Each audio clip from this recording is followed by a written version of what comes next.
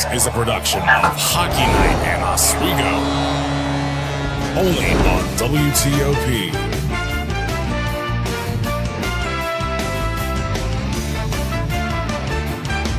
There's not any snow in tonight's forecast, but in the Deborah F. Stanley Arena, we have a 100% chance of a whiteout. Welcome to the pregame show between the Oswego State Lakers and the Potsdam Bears. I'm your host of the evening, Matt Sharamina, joined by my side with Alex Brooks and Ryan Joyce. Guys, it's the first day of whiteout. How are we feeling? Oh, we're feeling great. I mean, we just had the women's game. They won 3-1, so now it's one game down, 3 to go. And Lakers, Potsdam Bears, it's whiteout weekend, Joyce. It's going to be exciting. The best weekend of hockey. I'm excited to be up here with you guys as well. And where else would you want to be except for Oswego, New York? And this weekend, we had a women's game earlier today. We had a game tomorrow. We got a bunch of games going on, 4 games this weekend. Where else would you want to be, guys? I want to be here. Yeah. Hey, man, I'm excited to be here as well. I know the fans are excited. They're across the hall. They're getting some souvenirs in our campus store. Ryan, to my understanding, you got a souvenir of your own moments ago. Yeah, so they kind of say as a broadcaster, keep your head in a swivel. So I got a nice puck to my right forearm. So I got a little souvenir to bring home tonight. But, you know, I feel like I'm now in the game action and ready to go. So let's go, guys. Here we go. Little honorary hockey player Ryan Joyce out here. Yeah. Let's go. Take the hit like a champ, you know?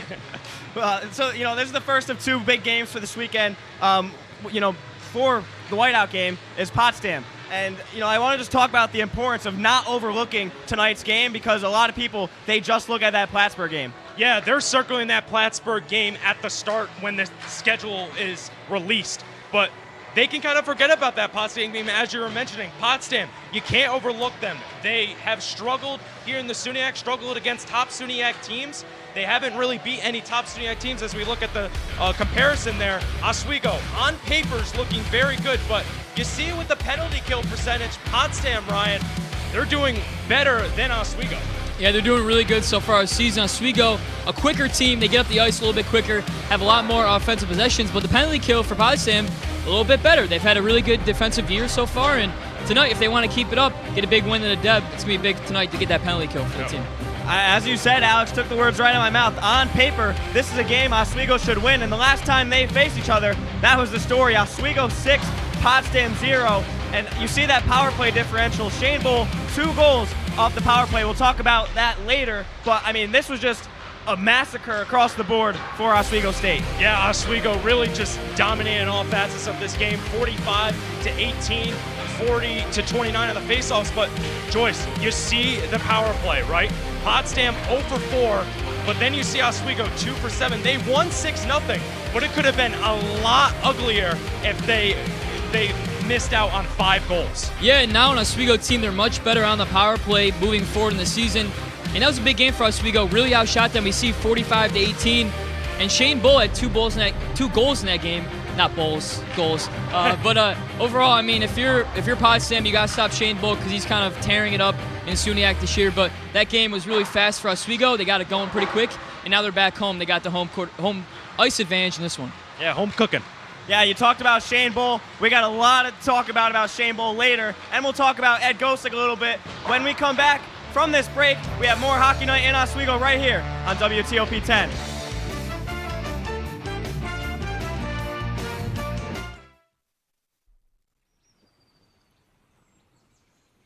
Would you like to try snacks from faraway lands?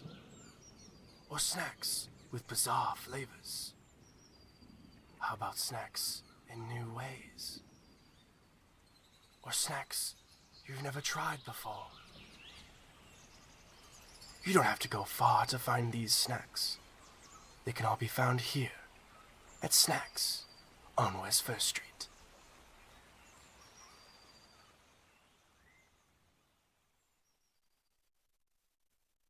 I know kids worry about a lot of things. Getting enough food to eat shouldn't be one of them. Through a nationwide network of food banks, Feeding America serves virtually every community in the United States. See how you can help your community. Visit feedingamerica.org.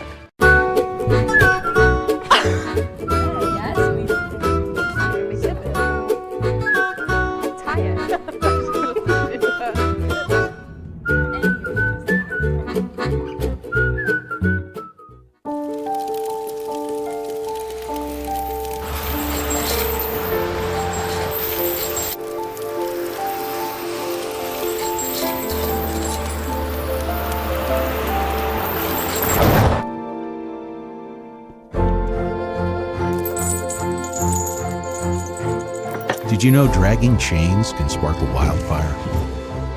Only you can prevent wildfires.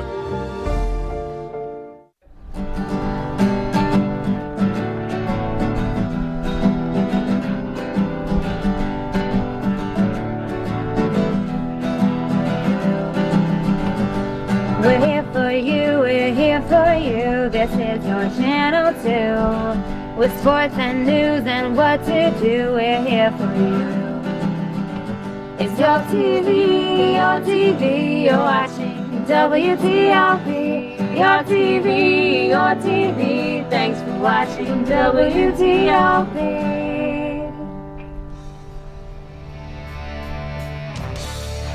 Welcome back to Whiteout Weekend in Oswego as the Bad News Bears have entered town. I am your host of the evening, the Iceman himself, Matt Shermita, joined with Alex Brooks and Ryan Joyce. And guys, we talked earlier about not overlooking Potsdam, and Coach Gosick, he seems to have the same philosophy. We'll take a look at what Coach Gosick had to say about the playoff implications in these kind of games.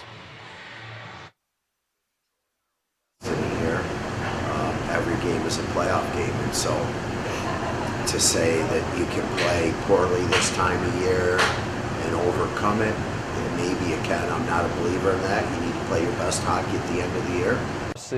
So Joyce, he talked about, every game being played like a playoff game. So I just want to get your thoughts on this philosophy that every game should be treated like an elimination game. Yeah, so far this season, he's kind of had that same mentality in a lot of his interviews. It's kind of been one game at a time. You can't really take a game off because every team, even though record-wise they might not be great, Potsdam, it's going to be an opportunity for Oswego to get better and better for tomorrow. You can't just look forward to the big game tomorrow. I know it's a big whiteout game, but every game does matter, and you want to improve on something. So last week didn't have a great game against Geneseo. You want to improve on something each week, so you want to get it right tonight so you can get it going for the game tomorrow and then also Cortland next week after that. So. Yeah, I mean, since that SUNYAC championship loss against Plattsburgh, I mean, that's been the game that they've been circling, and they have been locked in. They need to, at this end of the stretch, these last 3 games, they need to lock in.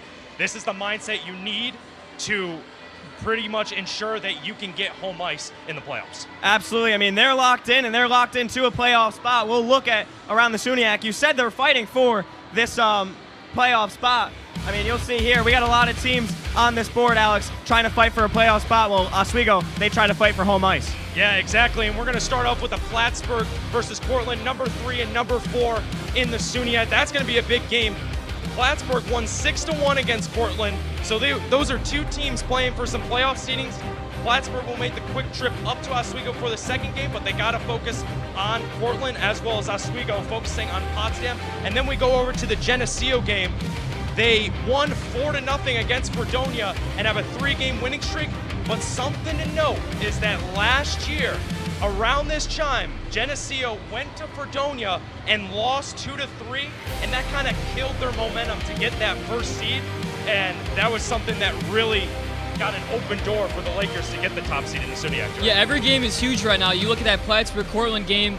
Cortland lost to Plattsburgh 6-1. It was a really close game, a big penalty game too as well. But looking at it, looking at Fredonia and then also looking at Brockport too, they're only 1 point separated. So those two teams are definitely hoping they can get something going tonight. And it's going to be really close because down the stretch here, each team has an opportunity to move up, and you want to play a game at home if you're those top seeds. Sure. Absolutely. If you're a team like Fredonia, you want to pull off the upset against Geneseo because right now it's looking like Geneseo's the team to beat. We'll look at the SUNYAC standings right now, and one thing I want to point out here is the games left to play. Geneseo, Oswego, Plattsburgh. Geneseo and Oswego, they only have 3 left, while Plattsburgh, they have 4. They have plenty of time to catch up to that top spot. So I got to ask you guys the importance of each and every game and just trying to win out here to secure your spot in the playoffs. Yeah, I mean, Coach Gosick said it best. You got to treat every game like a win or go home, because in 2 weeks, that is going to be your reality. You are going to be in this tough playoff atmosphere, and coming off as SUNYAC regular season champions, there's going to be a target on your back. And especially with Oswego and Geneseo going back neck and neck, Oswego taking 2 games down against Geneseo, and now the Lakers and Geneseo fighting for that top spot, it's going to be tough going down the stretch. Yeah, and every game's a playoff atmosphere. Yeah. Every game's going to be a big game going forward. Even a game like tonight, we mentioned Potsdam, not that great record-wise, but it's a big game for Oswego. You know, every game down the stretch can be huge. Oswego has to travel on the road. These teams are just going to beat up on each other until someone is that winner up at top. Geneseo's up there right now, but we know as soon as that can change. So it's going to be a big couple games here for all the teams in the top 4. So we'll see what's going forward, and you got to start one game at a time. Yep. Absolutely. I mean, Potsdam, they have a really big chance here to creep the door open for that top spot in the SUNYACs if they could pull off an upset on home ice. But for Oswego, there hasn't been a lot of upsets because of the strong play on offense, kind of put together by Shane Bull. And here's what he had to say about his recent performance off the power play. See, it's always nice to get a power play goal, and I mean, credit to the guys that are out there with me. They kind of find me, or I find rebounds because I'm in front of the net. So 10 is, never thought it'd come to that, but obviously it's a good accomplishment, and I'll just keep it going. So Shane Bull, as he said, never expected to be here. Very humble response, but nonetheless, he is first in the nation on power play goals. How important is it to have a guy like that in your locker room that you know is going to provide for you night in and night out? Yeah, you said it best, Matt. I mean, you have a guy who you can rely on every single game to have a chance in every single game. I mean, power play goals are important of taking over a game. We've seen in multiple games this year that if the Lakers are able to hit 1 or 2, they are most likely going to win the game. But the thing is that if you're Shane Bull and getting those power play opportunities, I mean, he's, 10 goals, number 1 in the nation, 3rd in goals in the nation, but, Bull is making history. And the thing is, the Lakers, they're going to have to rely on him, but they're going to have to utilize other people just in case Bull has a bad game going down the stretch. Yeah, it's huge. I mean, this year, kind of this crutch going into the year, even last year too, was that power play for this team. They're doing a lot better this year. 10 goals in the power play for Shane Bull is really impressive so far. Last year when you lose Tommy Cahill, Alex DiCarlo, you're wondering who's going to be that guy to step up and be that go-to guy. And Shane Bull has been nothing but great this year. Multiple games and multiple goals, so he's kind of been that big guy. He gets that one goal, he just keeps it going, and he's been a flow so far this season. And as the year has gone on and the games have gone on, his teammates have found him in the right spot. It's huge for this Oswego team going down the stretch. Yeah, I mean, it just seems like as the stage gets bigger, so does Shane Bull's performance, and he's been very exciting to watch, as well as some of the other Lakers. They've been exciting to watch. We're going to take things to another quick break. When we come back, we're going to throw things over to the booth here on WTOP 10. Don't go anywhere. Whiteout Weekend continues after the break.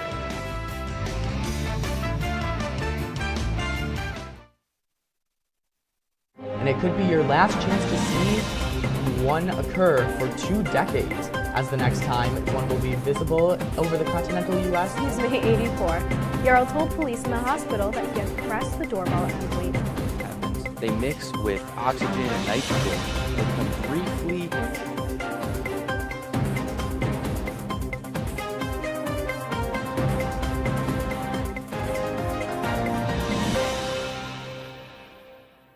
What's going on? Yeah, we go on at like 11:30. It's like no.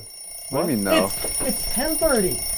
10:30? Yeah, it's 10:30. What do you mean it's 10:30?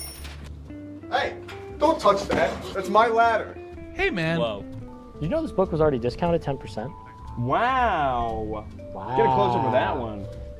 Matthew, broadcast news. Look at that. Can we go back inside? I want to sleep in the studio again.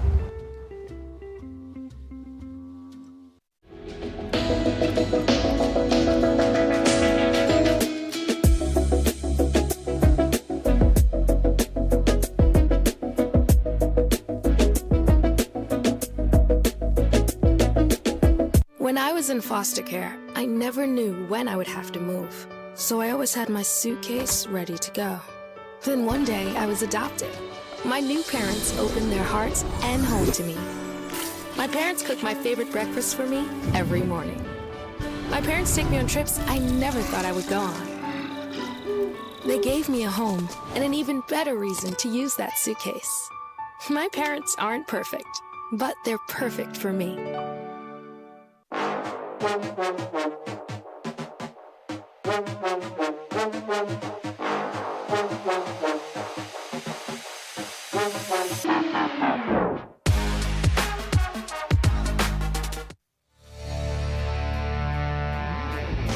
And just like the Oswego grass turns from green to white in the winter, the Deb F. Stanley Arena, it's turning green to white out here in the stands as Whiteout Weekend is well underway. We are moments away from puck drop, but before we do that, we got to send things over to our guys in the booth, Jacob Bradley and Brian Burrows. Guys, take it away. Well, I knew the arena was extra cold here today, and that's because of Mr. Matt Chiaramita. The ice drip god is back in the Deborah F. Stanley Ice Arena, but it is Whiteout Weekend. Jacob Bradley alongside Brian Burrows here. Once again, Brian, you can feel the atmosphere in this arena right now. Everybody is ready for a whiteout. Yeah, Whiteout Weekend has finally arrived, and you can feel it. These fans, are ready for this weekend to happen. They know tomorrow's a big game, but they're still bringing the energy tonight, which I'm very excited for. Absolutely. Let's get right into those athletes that you were going to mention there. His mind's just so jumbled because we're so excited. Let's take a look at the goalie comparison here in this one. You see there on your screen on the left, we've got Mr. Lenny Perno from Rochester. Not too bad, but not too great either. Brand new to the team, Brian. He's only a freshman. On the other side, we got another newcomer to this team, Brandon Milberg. Yeah, Perno this year, it's been okay. 9th in the SUNY goals against average, 4th in the SUNY save percentage. He comes in as a freshman, as you mentioned, similar to the Lakers. Cal Shell last year's leading this team. He's got the most starts for the team, most games played between the pipes. And this is a good start for this program to finally have a good freshman to build up for the next 4 years. You look at Milberg, and he's getting the start tonight. You got to think Shell get the start tomorrow against Plattsburgh. You never know. Yeah. Milberg comes into .255 goals against average. It's about mid-pack of the SUNY. The 9 save percentage would be bottom half. His 5-1 record, though, would be top 10 in wins for SUNY goalkeepers. So it's been an up-and-down season. We heard from Coach Gosick earlier this week, and he said both goalies have had flashes of brilliance. They both had bad games. So we'll see which side of Brandon Milberg we get tonight. Absolutely. We are coming off of a not-too-hot game from Cal Shell in which Brandon Milberg relieved Shell over in Geneseo. So it's interesting. In my opinion, the job's still up for line here. If Brandon Milberg puts out a good showing tonight, we might see him in net tomorrow night against Plattsburgh. Only time will have to tell, but it's going to be interesting. Let's talk about some of the keys to the game here, Brian. You have a couple for Potsdam. I've got a couple for Oswego. I'm going to start with you. Yeah, for Potsdam, the first thing they got to do, stay strong on the penalty kill. They got 3 SUNY wins this year, and all 3 of them, they have not allowed a goal on that penalty kill. No power play goals against. Their penalty kill, though, this season, just 77.2%. That's 8th in the conference. So it's not a great penalty kill, but when they do well, they get wins. Oswego this season, 18% on the power play, so it's not great. They got to keep the puck off of Shane Bull. He's got 10 power play goals, more than half of the Lakers' output on the power play this season. Their other one, keep the Lakers under 4 goals. Lakers have scored 4 or more goals in 6 of the last 7, except for that game against Geneseo last weekend. Geneseo helps with just the 1 goal, so you can see we're holding the goals back. Helps with the wins. Only 1 time this season have the Lakers scored 4+ in a loss. That is very interesting. I'm going to stick with the special teams as well. My first key, my goodness, is to get better on the penalty kill. It is crucial. We saw it in Geneseo. One of the big reasons why they light up 7 goals, 3 of them were power play goals. Potsdam, Coach Gosick said it himself, this could be a little bit of a rebound game in this one. Penalty kill is something they really need to work on. This is where you work on it tonight in this game. And by doing that as well, no bad penalties. You can't be going to the sin bin if the other team's got 60% against you in the penalty kill. Also, one of those power plays that Geneseo had was because of too many men on the ice, which in my opinion, absolutely inexcusable. There's only 5. That's all you need, just 5. You don't need 6, just 5. So focus on the 5, no bad penalties throughout this entire game. But before we let's call the game today, we're gonna send it over out in the hall with Mr. Scott Brubaker, who's got the latest. Scott? Thank you, Bradley. Thank you, Burrows. It is the start of a huge weekend for Oswego State men's hockey. I've been watching people slowly trickle in behind me. We have a crowd coming in behind me right now, also behind my camera woman, Mel. So let me tell you, last year on this night, the box office told me they had around 2,100 people in attendance. Compare that to also Whiteout against Plattsburgh last year. They had just under 3,000 people in attendance last year. So the box office did tell me that the numbers are not out yet for this year, but they did tell my colleague Brian Burrows earlier this week in a statement that, and I quote, "Sales are brisk and the game looks to be at about capacity." So talking about tomorrow as well, right behind me, we have a full screen up with things that are happening tomorrow. The line will start at 3 right behind me when we head back to me. Doors for the game open at 5:30. Just remember, if you're staying for the women's game, if you're watching the women's game tomorrow, you're going to have to leave, come back in for the men's game. But it's okay, as long as you have a ticket, and tickets are still on sale until they're sold out. So that's a look ahead for tomorrow. But again, for tonight, there's still lots of room here in this arena. So if you're in the area, come on down, watch some Oswego Lakers hockey. I'm going to send it to the break, and when we come back, we have your players to watch, your picks, and your puck drop. You're watching Hockey Night on Oswego here on WTOP 10.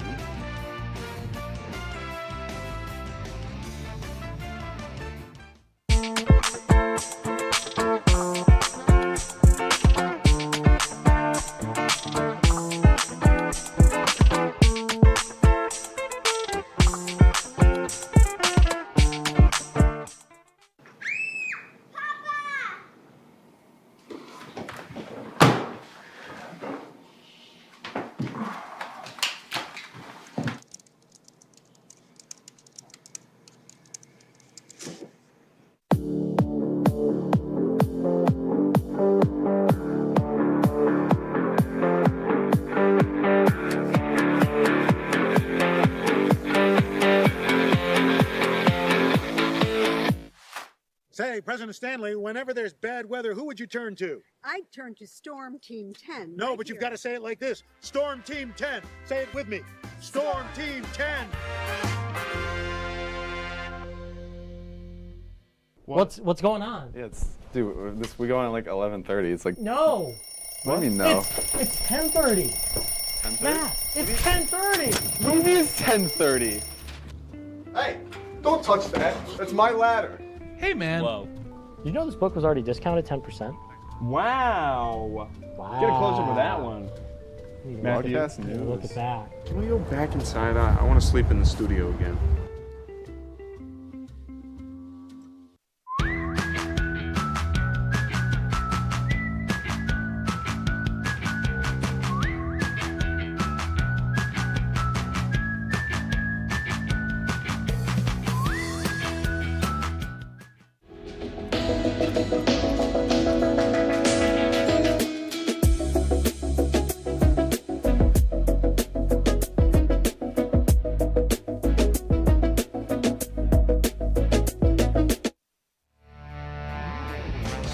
This arena starting to freeze over as the Bears have entered Laker territory. Welcome back to WTOP 10. Wow. I'm Matt Sharamita, joined by Alex Brooks and Ryan Joyce. The energy's getting to me, guys. We're excited, Yeah, Matt. we're really excited. Let's do it. It's a big weekend here Come on. in Oswego. Also, Valentine's Day on the horizon. So I want to know who you guys are giving your roses to in today's matchup. Well, speaking of roses, my Potsdam player to watch, number 6, Drew Rose. So he's a team player. He has 8 out of the 9 points are on assists. He's more of a team player, sets up the top scorers for Potsdam to score. Going to be a big catalyst in the assist department, Joyce. And then for Potsdam, we're going to go Mason Hohen, sophomore captain for this team. Really big step up here from last year. Only had 3 goals and 9 points last year. Already passed that. 8 goals, 11 points this year. A guy, only a sophomore as a captain, took a big step from last year. Good future piece for his team. And for Oswego, who else do we go with? Shane Bull, number 24. We said all his stats earlier, leading the country in many categories so far this year, leading the SUNY in many categories too as well. A guy, 2 power play goals in that last meeting. Going to be huge here tonight for this Oswego team. Well, we can all talk about Tyler Flack and Shane Bull, but we got to give some love, our roses, to Connor Gatto. He has 4 goals and 6 points in his last 5 conferences, and on a tear recently, and one of the bright spots coming down the stretch to the playoffs, Matt. Absolutely. I mean, you talk about Shane Bull and his contributions, but you can't overlook guys like Connor Gatto and the rest of the guys on the bench. I mean, the Lakers have a lot of contributors, and coming into tonight's matchup, last time out, 6-0, so I got to hear your predictions for tonight, Brooks. All right, so I'm going to start off on a sour note.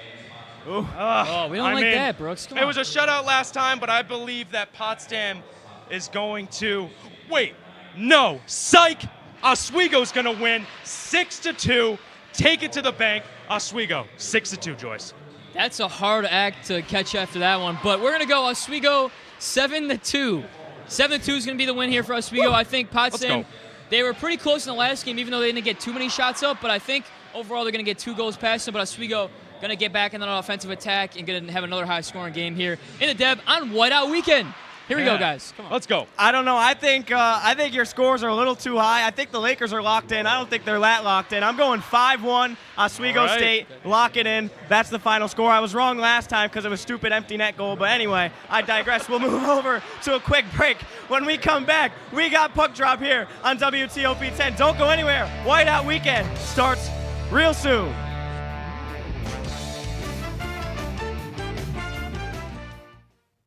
I know kids worry about a lot of things. Getting enough food to eat shouldn't be one of them. Through a nationwide network of food banks, Feeding America serves virtually every community in the United States.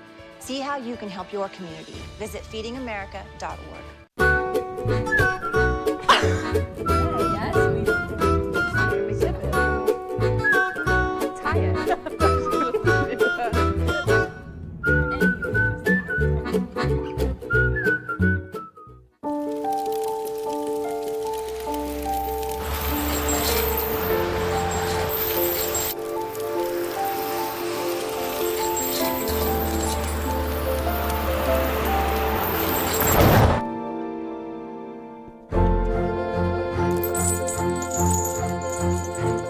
Did you know dragging chains can spark a wildfire?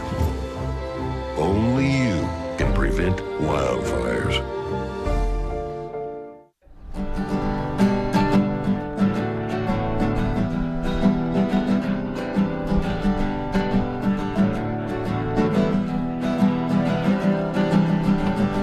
We're here for you, we're here for you. This is your channel 2.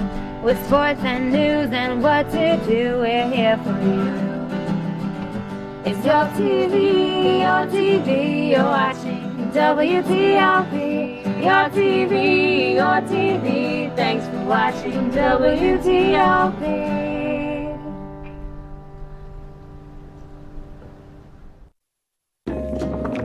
La la la la.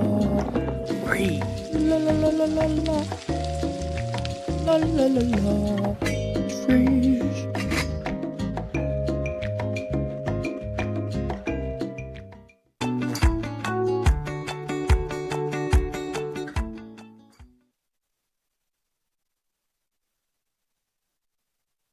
And it could be your last chance to see one occur for 2 decades, as the next time one will be visible over the continental U.S. He's May 84. Yarrow told police in the hospital that he had pressed the doorbell and waited. They mix with oxygen and nitrogen and become briefly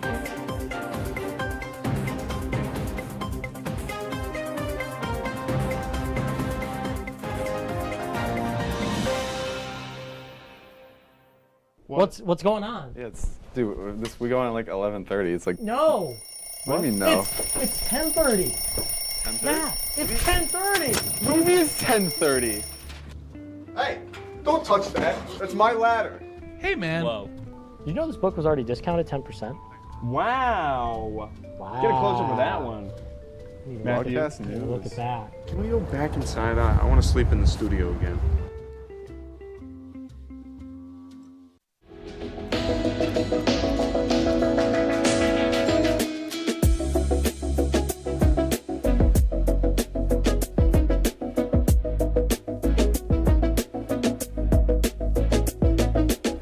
When I was in foster care, I never knew when I would have to move. So I always had my suitcase ready to go.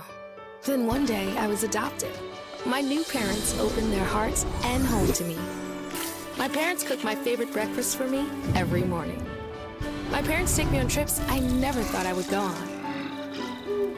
They gave me a home and an even better reason to use that suitcase. My parents aren't perfect, but they're perfect for me.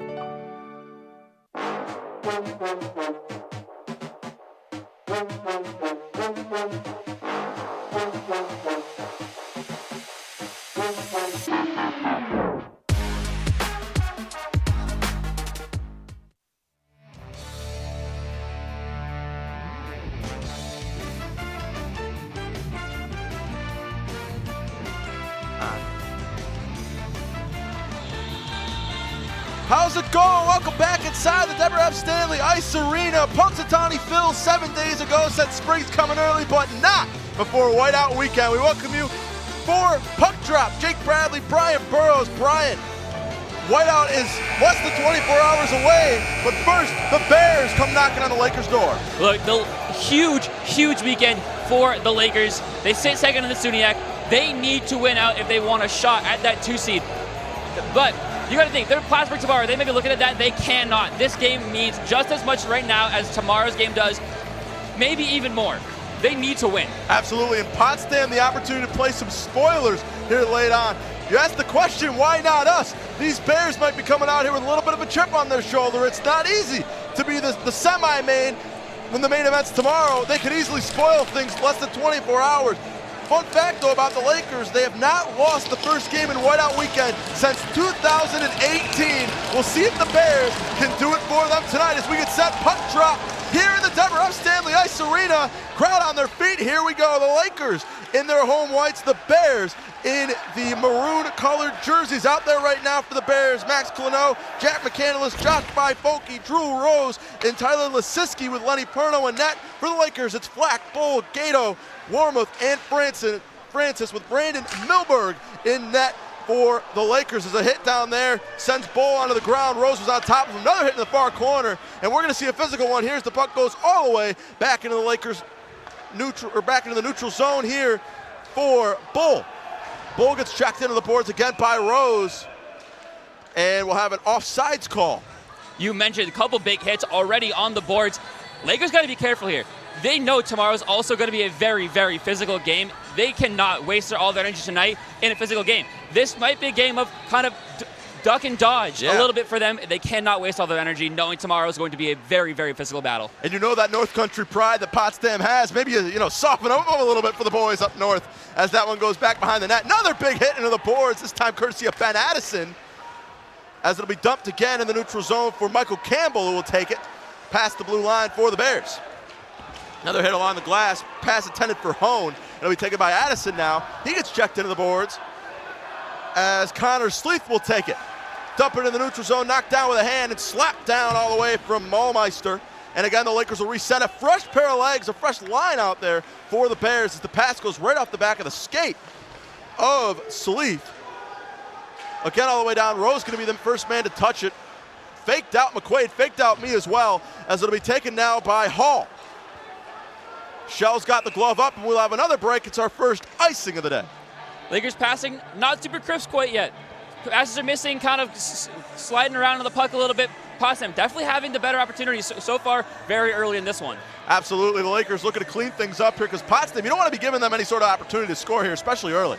No, the Lakers definitely want to get on the board first. They want to just sap momentum away from this Potsdam Bears, and then they'll know they'll have a good chance of getting the win. Absolutely, as it's knocked away by Perno and taken again by the Lakers. Now here's Krulicki, shot on goal, can't get it on the kick, saved by Perno. One-time shot again, Rocco Andriaki, another save by Perno again. So back-to-back crucial saves for Mr. Perno in net.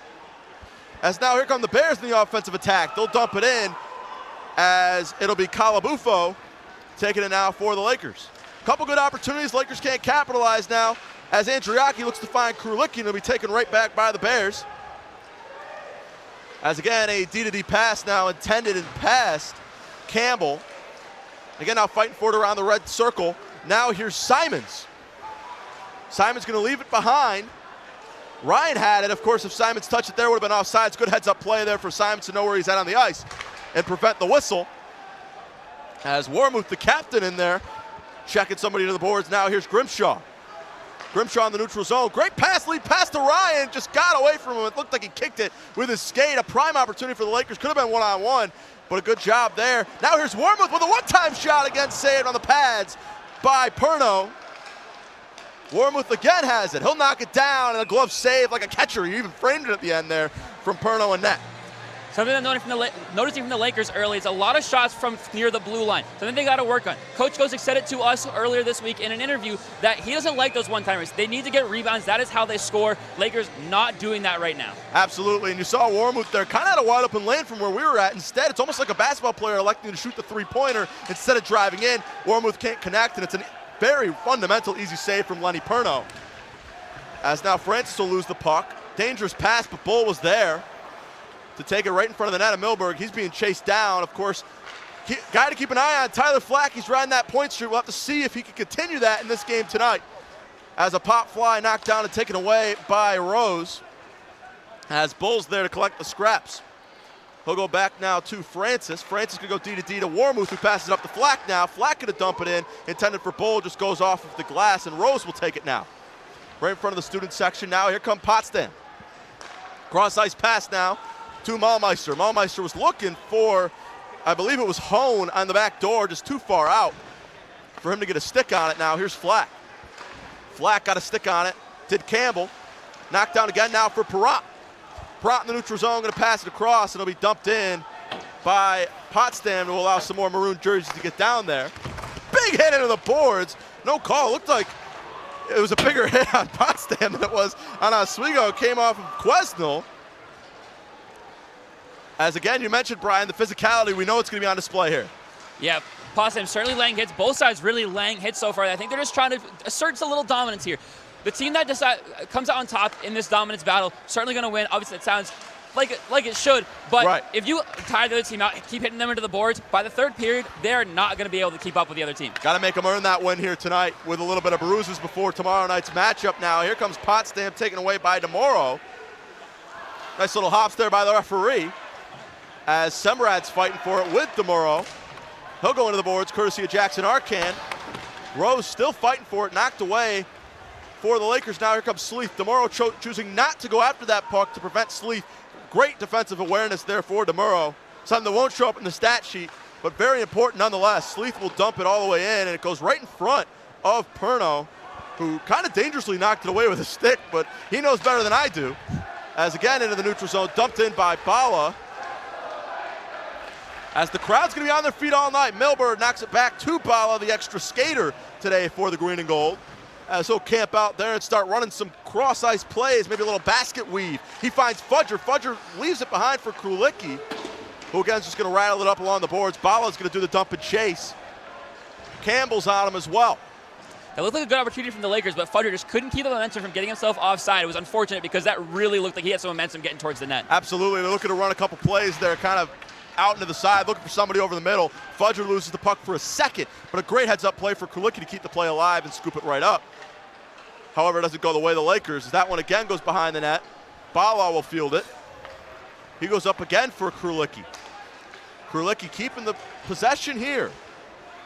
Rose got a stick on the poke check as Lisiski will get another hand on it as well. Big hit from Simons, sending him right down to the ice. Take a seat. Cam Simons making his presence known here early, and now here comes Grimshaw. Bit of an odd man rush. Here comes A.J. Ryan's shot. Will go off the net of Perno. And Potsdam again just going to dump it in the neutral zone. Really no opportunities for Potsdam so far. No, Lakers certainly have had the better opportunities, more high chances. It's been a couple odd shots here or there from the Bears, but for the most part, the Lakers certainly running it in their own offensive zone. Absolutely, is again now camping it out. Got to stick on it to Grimshaw. And it'll again be dumped in and got to skate on it, but instead it'll be Home, one of the captains for this Bears team, as Warmuth, the other captain for the Lakers, will take it himself. Dumped in for Campbell, left behind though, and it'll be taken by Siri. Apologies if anybody's phone just went off. Because, you know, Siri, you get it? Yeah. Dumps in, saved by Milberg, and very fundamental there for the Lakers. Just throwing something at him there, maybe seeing if you catch him off guard. So far, no action. Maybe if you catch Milberg on the back seat, don't mind that shot there. We'll take another look here of this one. That's the Cam Simons hit. My goodness, was he brutal on that one. Yeah, Cam Simons decided, he was like, you're not going any farther than this blue line. I'm going to stand you up right here and knock you to your butt. And a clean as all heck hit there from Cam Simons as Andriaki loses, or Flack loses the stick. Aggressive play there from Perno. Absolutely, yeah, coming out of the net, especially with a guy like Flack, who you know can put it in there. As now here's Flack again, looking for the wraparound. Thought about doing a crazy little puck hold move, but he couldn't get. I don't even know if I had the call for that one. Looking for the Michigan right there. Yeah, there you go. I'm glad you're here. Here's the one-time shot again with a stick. That'll go all the way to the crowd. Somebody's walking away with a souvenir. As again, we'll get another face-off. Lakers certainly taking advantage of the puck in their zone so far. They're doing a good job slowing it down, getting the offense set up. You saw that just there. Tyler Flack decided to slow it down behind the net. He went for the little crazy trick shot there, but all in all, the Lakers are doing a good job keeping it in their zone. Absolutely, as it'll be the face-off won by the Lakers again. Shane Bull takes the W there, fakes the shot or something from Semrad. Again, it'll be knocked down for Flack. Flack back up to the point for Semrad, looking for Bull. Instead, he gets a great play by Perno. Again on the shot, another save. How about the play of Lenny Perno here early? As again up the stick and up the top of the net. What a heads-up play on the poke check by the goalie. We never see that. Lenny Perno has decided to come out here and say, the Lakers, you're not scoring right now. I guess not. He's decided that he wants to take it on his stick. The defense, maybe allowing people in front of his net, but he's like, no, I don't care if you're 5 feet in front of me or if you're 10 feet back towards the blue line. I'm not letting anything pass me right now. Love the play from Lenny Perno here early. The Lakers have not slowed down on the pressure. And that play right there, the biggest one of the night. As again, it'll be taken now for Maulmeister. He's met by McQuaid into the neutral zone, intended for Rocco. Offsides, waved off by the officials. Now here comes Potsdam. Maybe the best opportunity they have. Great job though on the defense by Bala to snipe any pass intended for Hone. McQuaid will have it now. He'll go in to Sleeth. Sleeth now moving fast. Passes it back for Andriaki. Lost it there.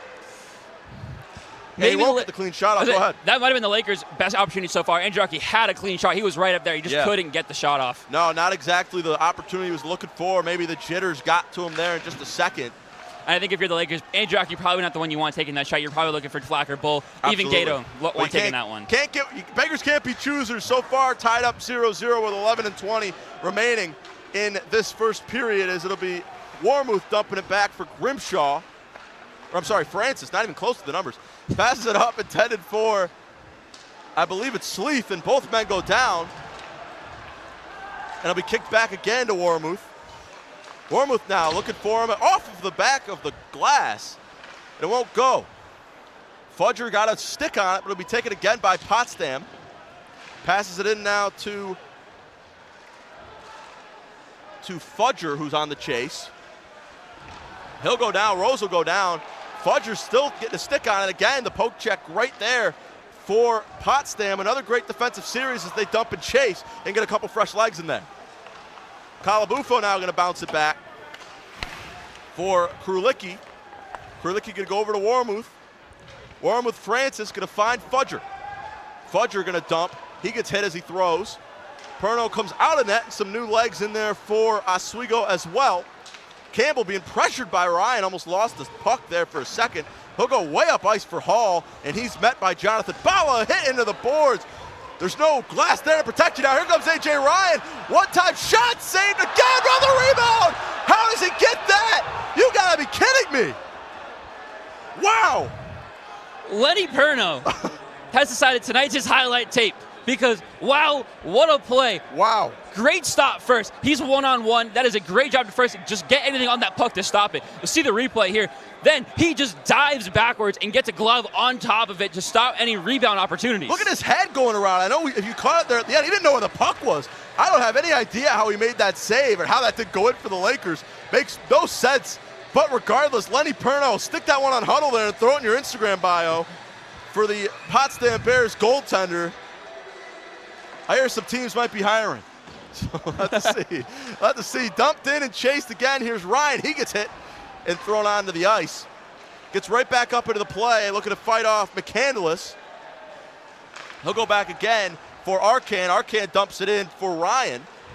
Ryan and McCandless again fighting after it. He gets thrown right down out of the crowd. That'll get a little rise out of the crowd. Arcan keeps it inside the blue. He'll go for the shot on the rebound. Can't get it to go for the Lakers again. Bala again on the pressure. That one's going to go high off of the net. I mean, shot after shot after shot. It's like a Little John song for this Oswego team. So far, nothing finding the back of the net. Yeah, Lakers doing a really good job, though. I mentioned it before that coach doesn't like those snipe shots. Well, they've changed it. This is you might think shots from the blue line are snipe shots. They're not. These shots are low. They're going off the blockers. Those shots result in rebound goals. This is what the coach wants, and the Lakers are executing very well right now. Absolutely. It's hard to try to snipe them top shelf. These are collegiate athletes, for Christ's sake. And right there is a good example, like you said there, Burrows. Shooting low, seeing if you catch something on the rebound, or even seeing if you can catch a stick and maybe get a redirection. Either way, here's Bull. Bull's going to go up for Semrad. Pass it back again to Gato and right into the chest of Lenny Perno again. already a great job done by Lenny Perno, but let's send it down to ice level for Scott Brubaker. Thanks, guys. Standing down here on the sideline, I can tell you already, it is a very physical game. I'm standing up right next to the glass, and these players are bumping right into it. One player I really want to point out in specific, the Potsdam goalie, Lenny Perno, he is playing out of his mind tonight. He's doing amazing. Right now, he's 11 for 11 on his saves. Lakers keep trying to get that puck in goal, but he just keeps stopping them. That's all I have for now. I'm going to send it right back up to the press box. Thank you, Scott. Couldn't have said it better myself. Playing out of his mind is Lenny Perno here early on. As Ben Addison leads the charge, and Bull got a stick on it. He was offsides, so another whistle here. I gotta mention, we've been talking about physicality a lot in this game, but the refs are letting them play. There have been multiple times, especially in the last 4 or 5 minutes, where players are going down to the ice, a foot to the back of the leg, whatever. The refs are letting them play. They're not calling these tripping calls. They're not calling anything too out of there. Not that I'm saying I've seen any tripping calls that should have been called, but these guys are definitely letting them play more than being heavy on the whistle. Absolutely. Got to see if that continues, knock on wood. We mentioned the power play and the PK a lot in the pregame show. We'll have to see if that even comes into effect. The refs let it play, intended for Sleeth, and it'll be knocked away by the Bears. Now here come Potsdam. That might have had potential to be our first penalty of the day, but it won't be as McQuaid takes it. Intercepted and knocked away by Fulci, as Rocco's going to fight for it. Again, D-to-D pass for Warmuth. Warmuth up to Sleeth in the neutral zone, knocked away and taken by Rocco. Rocco looking to create some space, trips himself as he goes down, as Hall will now run the point. Francis just going to dump it in on a hard slap shot. Perno's there to redirect it for Rose. Again, dumped into the middle for Francis, as Rose will take it. Hit a little bit late on Sleeth. Loses the puck for a second to Lasicki, as Calabufo will take it now. He'll go over to Andriaki. Andriaki pass intended for Fudger, a little too strong, as Quesna will have it. Quesna looked for Ballmeister and couldn't get it, as Calabufo going to continue to fight it with Rose. Going out to the chase again is Andriaki. The shot on Milberg, not good. Bad pass. Good save though by Milberg. Pass still up. That was maybe a hand pass, as Milberg just sits on it like a mother hen, and we get the whistle. Crazy sequence of play there. Crazy sequence of plays there. Excuse me. Milberg does an excellent job just keeping his eyes on the puck, knowing where he's got to be to make sure nothing's going in the back of that. We'll see the replay here. But I got to say, even if that went in the back of that, I don't know if it would have been a goal. It looks like it would have been a hand pass anyways. But Milberg still doing an excellent job to make sure nothing's getting by him right now. I agree. See right there, not any means necessary. Just lay down on the puck. But yeah, I got to agree with you. I don't think that would have been called a goal if it had gone over the red line and lit the lamp up. Got to assume that would have been waved off. It was more like a throw-in rather than a stick-in, as Campbell will pass it across for Duggart Wood, who goes down for Mallmeister again. Addison ties him up along the boards. It'll squirt out and pass along for McQuaid. Semrad's got it now. Semrad on the fast break. He dumps it off. Again, the one-time shot, and looking for backdoor for Drake Semrad. Can't get it.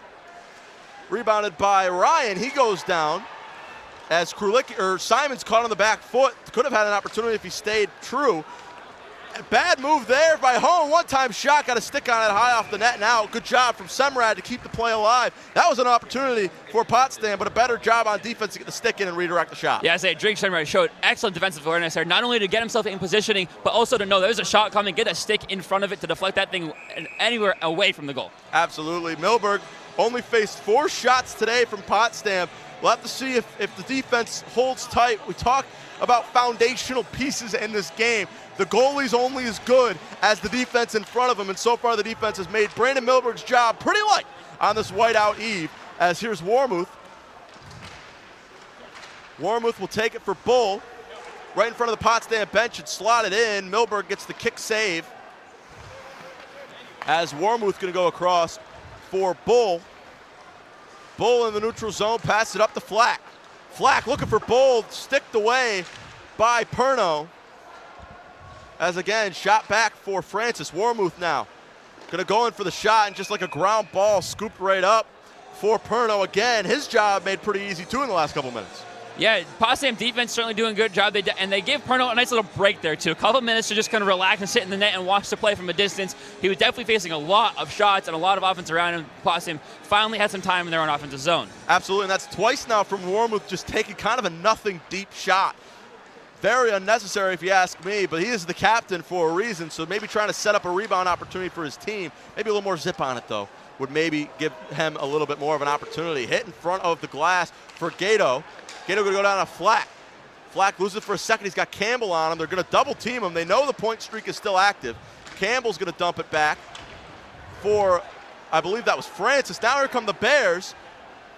Good opportunity here. Looking for the wraparound. He was a bit out of place was Milberg, but the defense was there to prevent even a shot going off. That could have been disaster for the Lakers. As now here's Bifulci. Bifulci going to be met in the glass by Warmouth. Here's Bull. Bull. Pressure's being felt on the defense by Potsdam here, not letting them get out of their own zone. As here's Perrant. Warmouth going to pin him up against the glass. There's the shot. Good save by Milberg, rolling over like a roly-poly. And right there, that's the first good save we've seen from Milberg all day. Brandon Milberg, just a nice little slide across, get himself in front of the net, cover as much as he can. Even though he hasn't seen a lot of action tonight, he's certainly looking locked in, which you mentioned it in the pregame show. There's a shot he starts tomorrow if he really shows out tonight. He's showing right now that he is maybe a starting tier goalie tomorrow. Absolutely. He loses the handle there for a second. Does Rose. McQuaid's on him pretty hard as it'll be dumped in for Bala. Bala going to go along the boards for Sleeth. Sleeth now looking to make the rush happen. Gets past a few defenders, dumps it back for McQuaid. And it'll be taken again by Rose, who's been really a nuisance in the Lakers' offensive opportunities so far. Sleeth going to take it on the dump and chase. He is met on the glass by Quesnel pretty hard. As again, here come the Lakers. Rocco going to throw it in as Sleeth is right there for him instead. Rose is going to have it. Rose going to dump it in for Quesnel, and it'll be taken again by the Lakers. Rocco thought about getting a stick on it, but I believe he would have been offsides as it goes up, and it'll be potentially another icing. Great hustle by Malmeister to get down there, but it'll be touched by Rocco first, and we get another whistle. Player one highlight so far, Jonathan Bala. I've heard you say his name a few times. He's gotten involved in the play. Tonight, listed as the extra skater. An interesting decision from Coach Gosik on the lines tonight that he's playing 7 defensemen instead of 13 forwards. He decided to go a little defensive tonight. I wonder if that's an idea to keep forwards more fresh for tomorrow night, or is it an idea that he thinks Potsdam's offense is more explosive than they've shown on the stat sheet? We'll have to see if time will tell. Curious about the decision as well now that you put that into perspective. Choosing Bala to be the extra skater is very interesting. 3:48 remaining in this first period. Nothing really to say for either side as Fudger's going to dump it in on the chase for Calabufo and a very early icing call. As Calabufo is still very much in that play, but nonetheless, we're going to track all the way down to the other end of the ice for a faceoff. Another perspective to think about on the Bala thing as well, is it a way to keep your defensemen more fresh for tomorrow as well? I'm curious if it maybe even has anything to do with the goaltending matchup. It could be. I don't know. We saw last time 7 goals put on Oswego by Geneseo. Granted, Potsdam is a significantly worse team than Geneseo, but nonetheless, you don't want 7 putting on you at all in any game. You don't even want 7 the whole entire weekend. No. So I'm curious to see if maybe that's more of a reactionary play as to what happened on Saturday, maybe protect the goaltenders a little bit more. As again, Rose will take it right in front of his own net, dumps it back for Campbell. Campbell going to go across ice. Ryan will intercept it. Pass intended for Calabufo. Fudger or Grimshaw will have it instead. Calabufo is going to go on the chase. And again, it'll be Loran. Turned over as Warmouth. The shot right there was Ryan. As Oswego going to get a stick on it some more. Trying to extend the play is Grimshaw. Warmouth is there in front of the blue to keep it alive. There's a nice shot from Warmouth. As Ryan's going to take the rebound and set something up once again for the Lakers. Grimshaw running the point. He throws it in off the far left boards. As again, cross ice for Warmouth. Warmouth going to go wide right on his shot. Fritz is going to dump it in for Cam Simons. Simons back for Warmouth. Another shot for McQuaid is going to be pinned up right on the pipe. And another faceoff will be coming your way. A little bit of some extracurriculars going on there, a little conversation. Hey, how are you? going on behind the net there again with about 2.5 remaining in this first. A lot of time for either team to cement their score on the scoreboard here.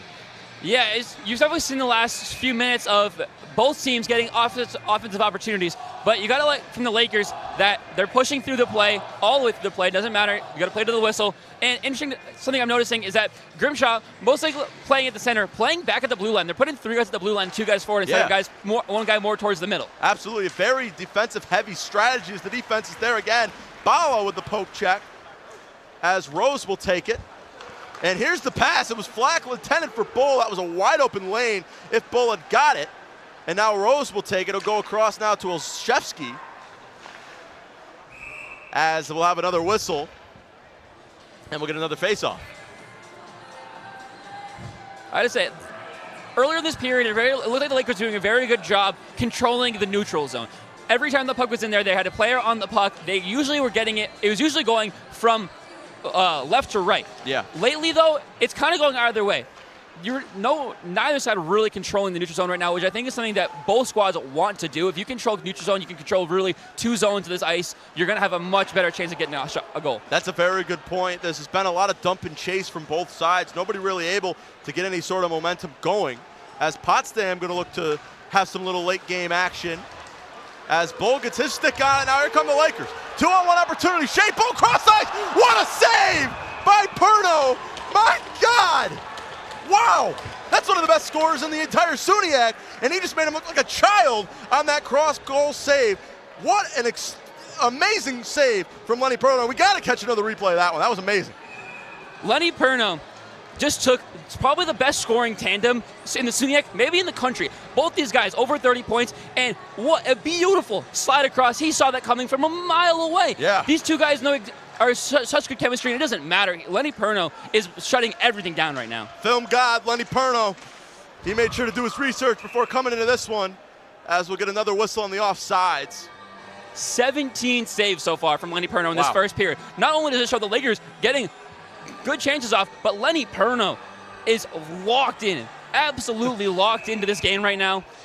Yeah. I think, to your point, that they don't want to be the little brother of Whiteout Weekend anymore. Right. They want to be the team that the Lakers are fearing going into this. Absolutely. A tremendous first period for Lenny Perno as the dump and chase will be on. Milberg's going to come out of the crease and dump it in for Semrad. Semrad going to find Krulicki as now coming up is McQuaid. Again, right in front of the Oswego bench as we get to a minute remaining here in this first. Here come the Lakers again, looking for another one time. Rose will have it. He's looking now for Duggart Wood, who's going to bring it behind his own goaltender. Just fired a shot at the referee. As it's going to continue to flow down, France is going to chase and be the first one to touch the net, and he'll go behind his own goal and waste some time, maybe looking to run one more play before the horn sounds for the first. Series down there. As Lasiski is going to throw a pop fly up. Warmuth going to chase down. 20 seconds remaining here in this first period. Again on the chase is Lasiski. Pinned up again along the glass. Calabufo and Fudger. Maybe time for one more shot. Lakers probably not going to get it, but Potsdam might here with 4 seconds. Got to let one fly, and that's going to do it for this first period. 0-0. Nobody's able to crack the scoreboard, but the story of the first has to be the man on the far side of the ice. Lenny Perno, he's getting the crowd kind of riled up. He could do whatever he wants right there. He seems to be the mayor of Oswego in between the pipes for Lenny Perno so far. Yeah, you mentioned the fans.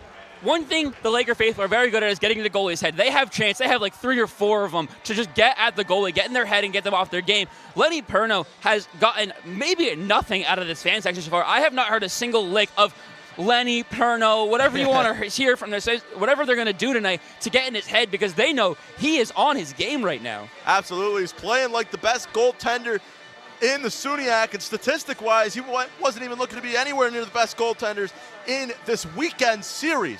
So hats off go to Mr. Lenny Perno here in this first period. A lot of stuff's been going down, though. A very physical game, Brian. Do you think that continues into the second?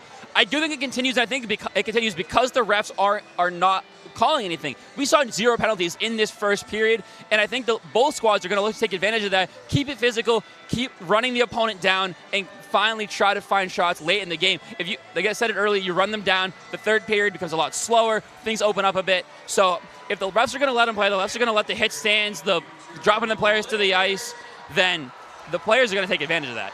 Absolutely. Oh, captain, my captain. Scott Brubaker's down there with Quinn Wormuth. Scott? Thanks, guys. I'm down here with the captain of the Lakers, Quinn Wormuth. So, Quinn, it's a very physical game. How does it feel being out on that ice right now? Yeah, it feels great, honestly. You know, we're happy with our first period. Obviously, no goals on the board yet, but we're confident in the way we're playing that we're going to start to have success here soon. I mean, the energy in the building's been awesome. It's awesome to see all these fans come out, so it's a great night so far. You bring me right to my next question. No goals yet. What's your strategy? How are you going to get the puck in the back of the net during the second period? The net, excuse me. Absolutely. Yeah, I think we're going to stick with what we're doing right now. Guys are playing hard on the back check. We're getting our chances, right? We're out shooting them 18-6 right now, so we're happy with that. We feel confident that some goals are going to fall here.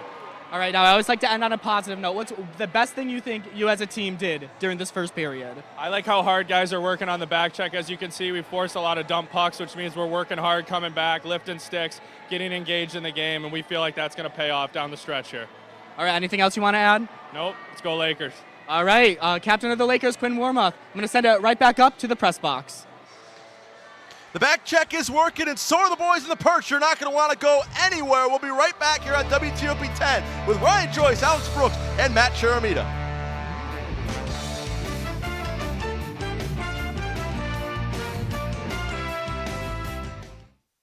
What's going on? Yeah, we go on at like 11:30. It's like No. What do you mean no? It's 10:30. 10:30? Matt, it's 10:30. What do you mean it's 10:30? Hey, don't touch that. That's my ladder. Hey, man. Whoa. You know this book was already discounted 10%? Wow. Get a close up of that one. Broadcast news. Look at that. Can we go back inside? I want to sleep in the studio again.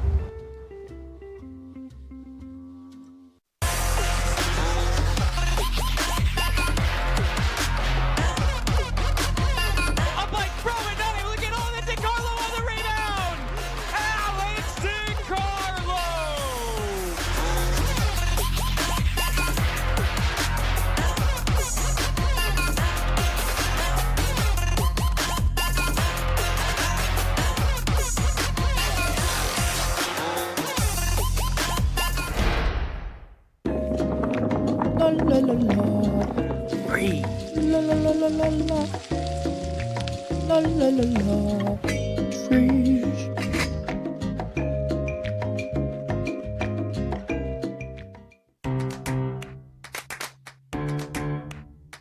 We'll deep dive into our feelings in our Real Talk segment. Stay tuned because it's about to get real.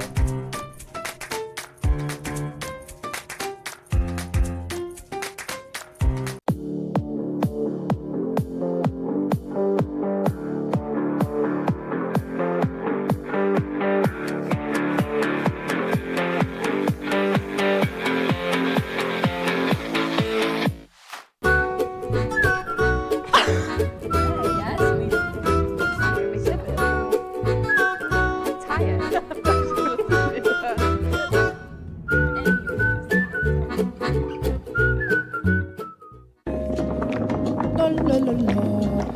Breathe. La la la la la la. La la la la. Freeze.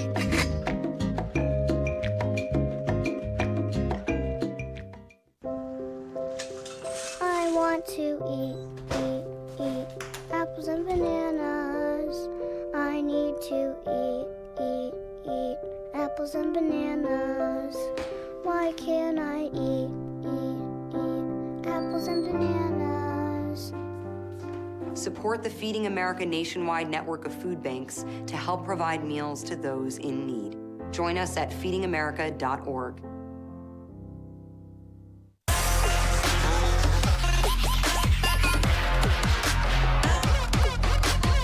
Up like throwing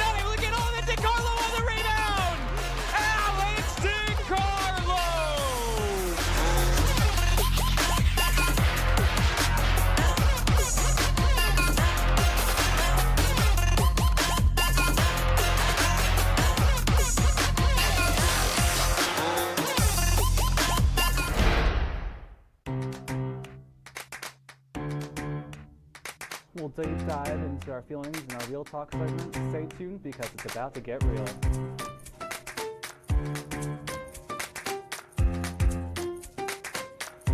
And it could be your last chance to see one occur for 2 decades, as the next time one will be visible over the continental U.S. Excuse me, 84. Yarrow told police in the hospital that he had to press the doorbell and wait. They mix with oxygen and nitrogen and become briefly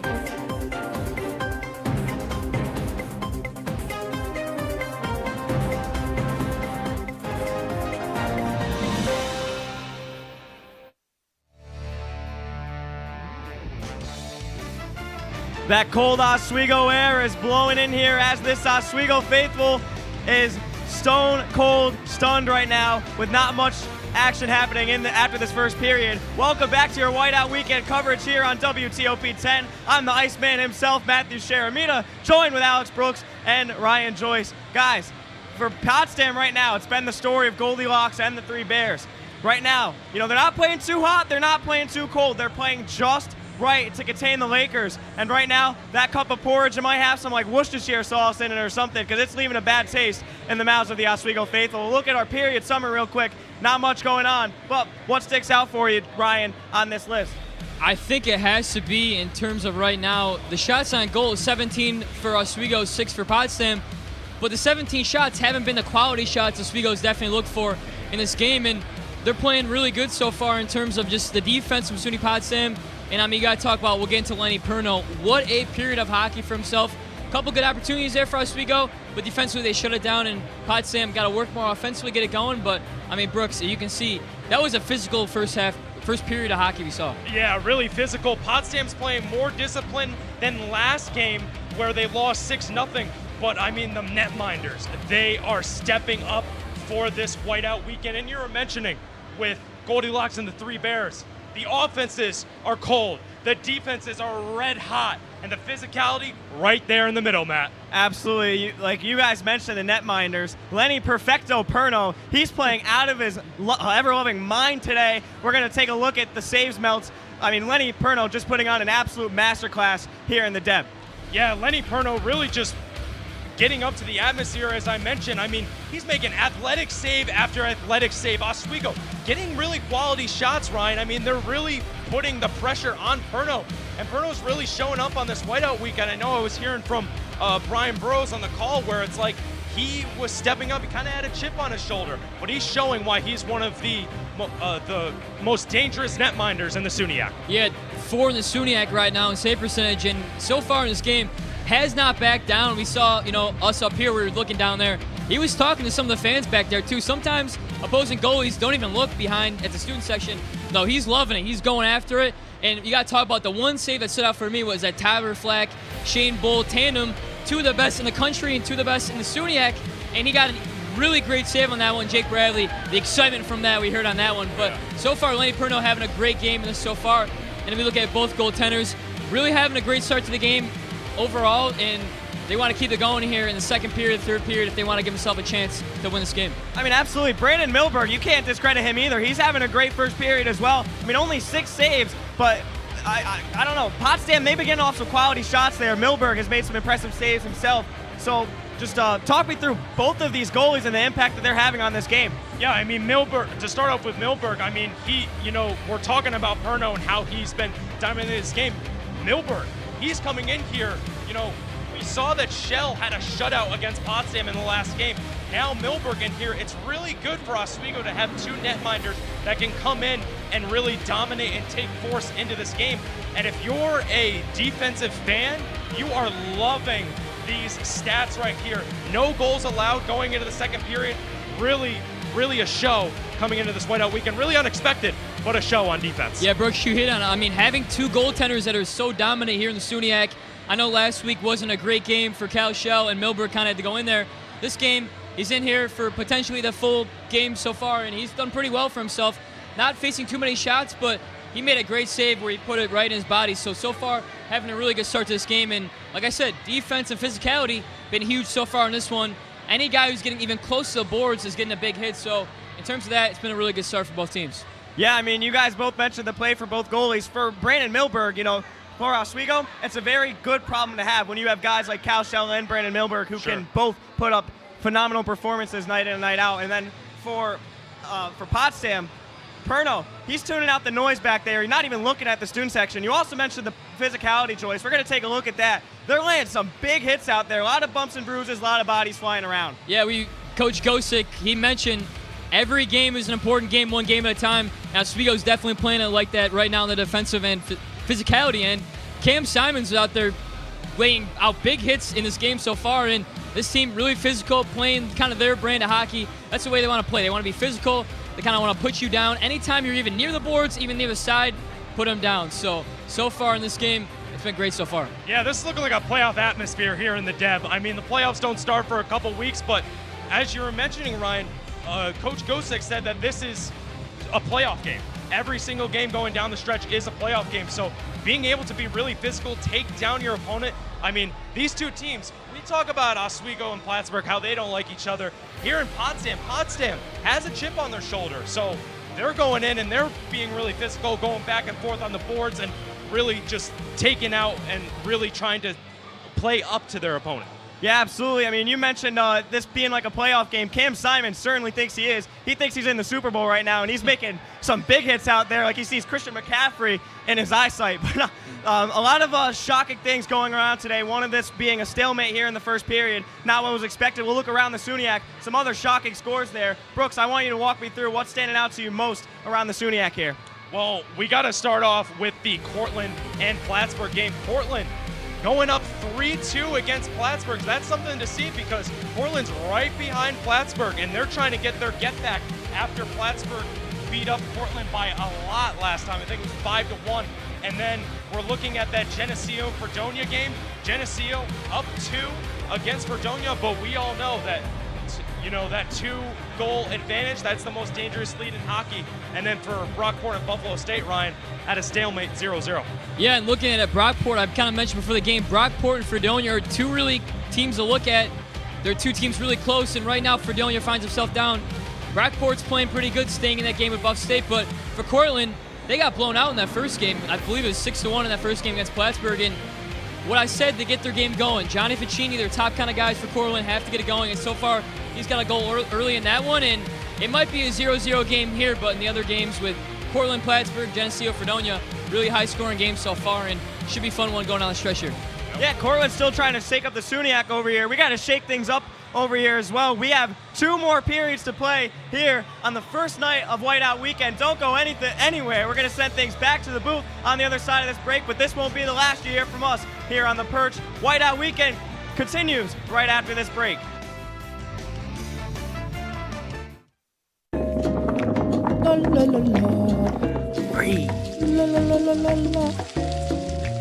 La la la la. Breathe.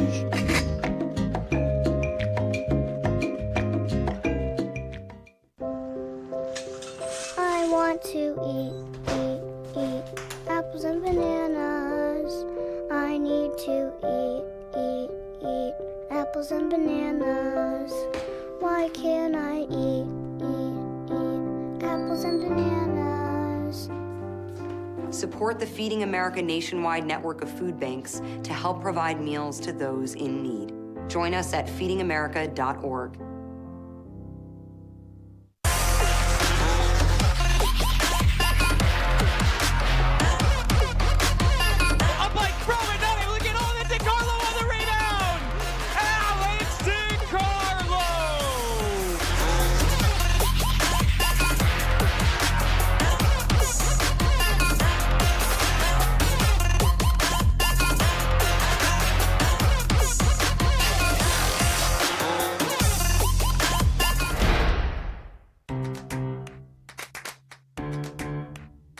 We'll deep dive into our feelings in our Real Talk segment. Stay tuned because it's about to get real.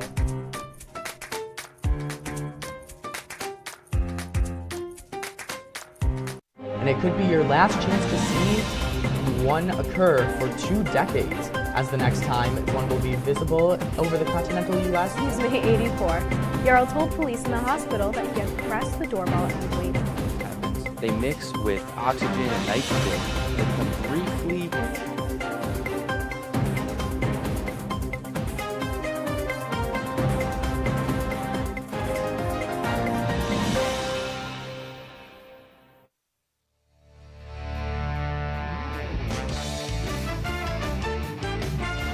20 minutes down, and we are still scoreless in the Dev. It's the Potsdam Bears. It's the Oswego State Lakers. It's Jake Bradley. It's Brian Burrows here bringing you period number 2. Good first period of action, Jake. Both squads got some good looks, but star of the first period had to have been Lenny Perno. Man had a highlight reel for his career in that first period.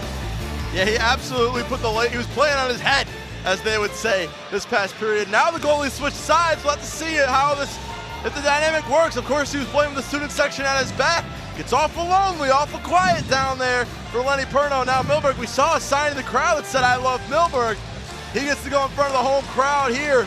But nonetheless, we are ready to go as the horn sounds and the puck drops. It's period number 2 between the Bears and the Lakers here on Whiteout Weekend, only on WTOP 10. The puck drops. It's won by the Bears. It'll be taken by Rose. Rose going to throw it in. Warmuth's going to take it. Pass intended for Bull, and just like that, Perno is going to put a glove on it, and we knock 12 seconds off the board and get another faceoff. Lakers taking advantage early. They're going to get face-off in their own zone here. Chance to build momentum really quick, get a couple shots off, maybe catch Perno off his guard coming off the draw. Absolutely, as we'll have to see the Lakers. They can score quick. We'll have to see if they can score first in this one. Again, won by the Bears. It'll be taken by Mahlmeister, going across ice, intended for Hone. And again, the neutral zone, you talk about working that neutral zone, controlling that neutral zone. We'll have to see if that changes for either side here in the second period. Passes it back for Loran. Loran's going to get poke checked, and it'll go all the way back for Siri. Siri's going to go up Mahlmeister. It'll be dumped in. Addison and Warmuth on the chase. Milberg going to come out of the crease and dump it back for the captain. Dangerous pass. It just swatted away by Milberg like a fly. As again, it'll be taken by Flack. Here comes Flack. A little bit on the fast break. Bull, one time, looking back door. Can't get it to go. It was intended for McQuaid. As the pass goes wide, Flack loses it for a second. And again, it'll be dumped in and taken by Bull. It'll be dumped and chased again. Campbell the first to touch it. He'll go cross ice to Siri. Siri's going to look for Potsdam, and it'll go all the way. It was intended for Jacob Hall. And we're going to have another faceoff. Lakers took advantage of the offensive zone. A couple good looks there, especially kind of one there that was to Flack, but he couldn't handle the pass. He really had an open shot in the middle, and that pass from Bull just a little off target, unfortunately, for the Lakers. But on defense, Lakers doing a good job making sure no high-quality shots getting off on Milberg as well, which is something you like to see after the defensive lapse last weekend. Absolutely. We'll have to see if that can continue for the Lakers. Coming out a little bit more aggressive here in the first minute and change in the second period. As here comes Potsdam. Thrown in and taken by Perrant. Perrant was looking for Hall, and it'll be taken again by McQuaid over to Semrad. Semrad gets checked into the boards by Quesnel. And again, the one-time shot. There was somebody there. The Lakers would have been up 1-0, but there wasn't. As McQuaid has it again. He dumps it back for Rocco. Rocco looking for Sleeth, can't get it again on the pass. Now there's a wide open lane for Potsdam. Here they come. Great job cutting it off, though, by Thomas Rocco. And Andriaki's going to get the first stick on it and start the movement for the Lakers. He'll pass it up to Fudger. As it'll be Lasiski, again thrown up and saved by Milberg. Got a glove on it there at his back to the play. Not exactly where you want to be for Milberg. As here's Fudger. Fudger's going to try to control it again in the neutral zone. Brings it into his own zone. He gets checked into the boards. Still with possession. Pass look intended for Bala, and it won't go. Again, he'll lose possession, and the Lakers will take it right back. As Fudger going to dump it back for Andriaki. Again, the one-time save by Perno, and he whiffs on the rebound. And it'll be taken right back by Potsdam. Here's Mahlmeister. Mahlmeister looking again for Hone, and he can't get it, and Hone will just slap it in, and he'll get met right in front of Richie Perrant over there on the side by Calabufo. As here's Simons. Again, it'll be Andriaki dumping it back to Simons. Simons on the fast break. He'll dump it in. One-time shot, and they score! The Lakers grab themselves a 1-0 lead. They break the curse of Lenny Perno, and they crack open on this whiteout weekend. What a pass first to start that move off. That pass was excellent between the defenders, and then what an excellent move to get the goal. Couple digs in front, find the space, and get it past Perno, who had looked excellent all night. We'll see the replay here. One little deke, and then Perno couldn't finally get that slide across. Absolutely. It'll be Trent Grimshaw with the goal here, making his presence felt early. A whiteout staple is a Trent Grimshaw goal, it seems like at this point, as it gets swatted away again by Perno. They're going to go right back to work. You got to figure, Brian, it was coming at some point. Yeah, the Lakers had been dominant in the shots so far. They'd gotten off, and it was a lot of shots that had been following the game plan with the rebounds, and Perno, he was going to fall apart at some point. You maybe didn't expect this early in the second period, but it was bound to happen. It seemed like it. The Lakers have already put 23 shots on Lenny Perno as opposed to Potsdam 6 on Brandon Milberg. Something to keep in mind as we get deeper here into this one, as Perrot's going to get tied up with Grimshaw. Grimshaw's going to come away with sole possession, and the Lakers will reset. Here's Francis. Francis on the drive. He'll come down. He's just going to take it himself back behind the Lakers' goal. He'll lose possession. He'll get checked in by Duggart Wood. As again now, here's Kleno. Tripped up again, dangerous pass as Olszewski will take it. As he'll dump it back again, the Lakers will reset on defense. Hit late for Campbell as it's dumped back. Milberg, if there's somebody there that would have had it. Again, Milberg comes out of net to make the save there on the little flip-me-do. Dangerous play there by Milberg. He was out of the net there for a good 2 seconds. He went for the poke check and he missed it. Yeah. And he certainly left the net open for a little pass behind his back. Absolutely, but nonetheless, the Lakers defense was there to cover the Brandon Milberg mistake. Here's Bull. Bull looking for the wraparound. Can't get it to go. He'll just take it all the way back and it'll just stay over the blue line. Semrad's going to get checked. Again, it'll be dumped in as it's passed back and neutralized by Lasiski as Gatto on the chase. He'll get thrown into the boards. Oh, and Bala gets hit hard. That's going to be our first penalty of the day. And here comes some pushing and shoving. Little extracurriculars here on whiteout. For sure, our first penalty hit him just too far away from the boards. And I bet my money that's a boarding call. 100% a boarding call. You got to think it's coming. Finally, the refs calling something for getting that first penalty on the board. And the Lakers, though not the best power play team in the country, you're going to see Shane Bull there. You're going to see Tyler Flack. Lakers finally getting that opportunity to get a second goal quickly on the board and really demoralize this Bears team. Absolutely. We'll go on Ryan Maulmeister for the first trip to the sin bin in this one. Not the time nor the place for the Potsdam Bears be taking their first trip. The Lakers cracked the scoreboard early. We'll have to see if they can capitalize on the power play here in this one. Shane Bull can expect more out of him. The first shot is knocked away. Grimshaw again looking for his second goal. And again, Perno's there. We talked about it so much in the pregame show, the presence that this team has, and by this team I mean Shane Bull has, on the power play.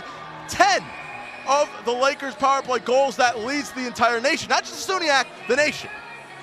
And you see Maulmeister in the sin bin there, giving the Lakers this opportunity. His 7th penalty this season. A lot of these Potsdam Bears have high penalty minutes.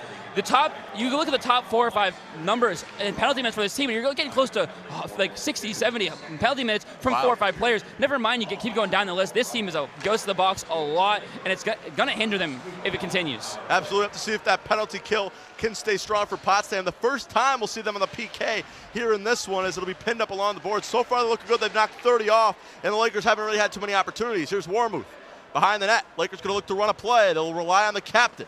He'll dump it back again for Fudger.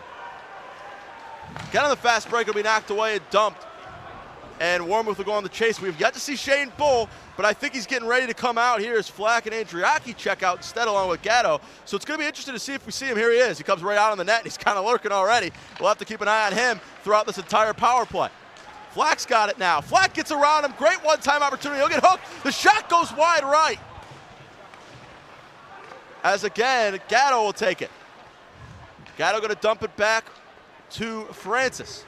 Francis looking inside for Flack. Flack to Bull, can't get it rebounded. Again now, here's Flack again, and he scores!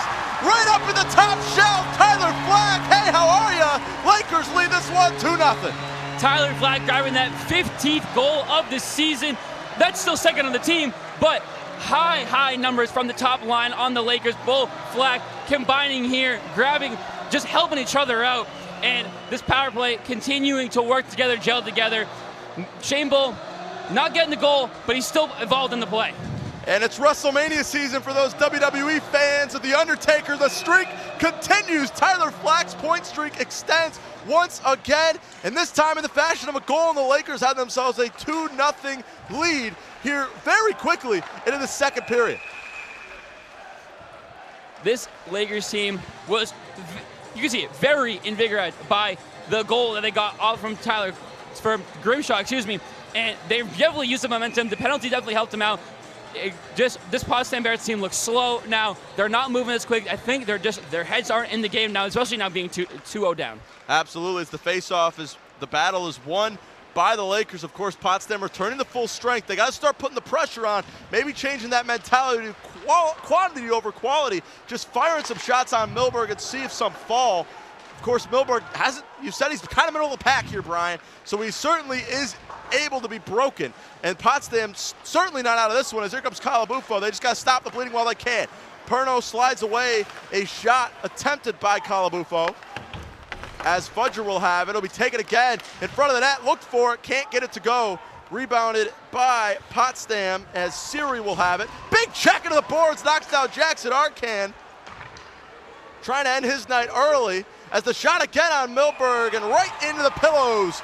Milberg gets the save.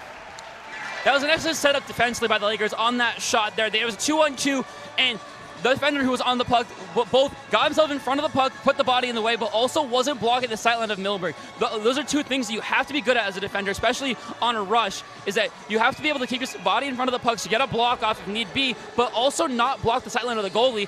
Positioning is key on that moment, and they did it perfectly. Absolutely. The Lakers come away with the face-off. Cam Simon's going to take it, and that's a hit.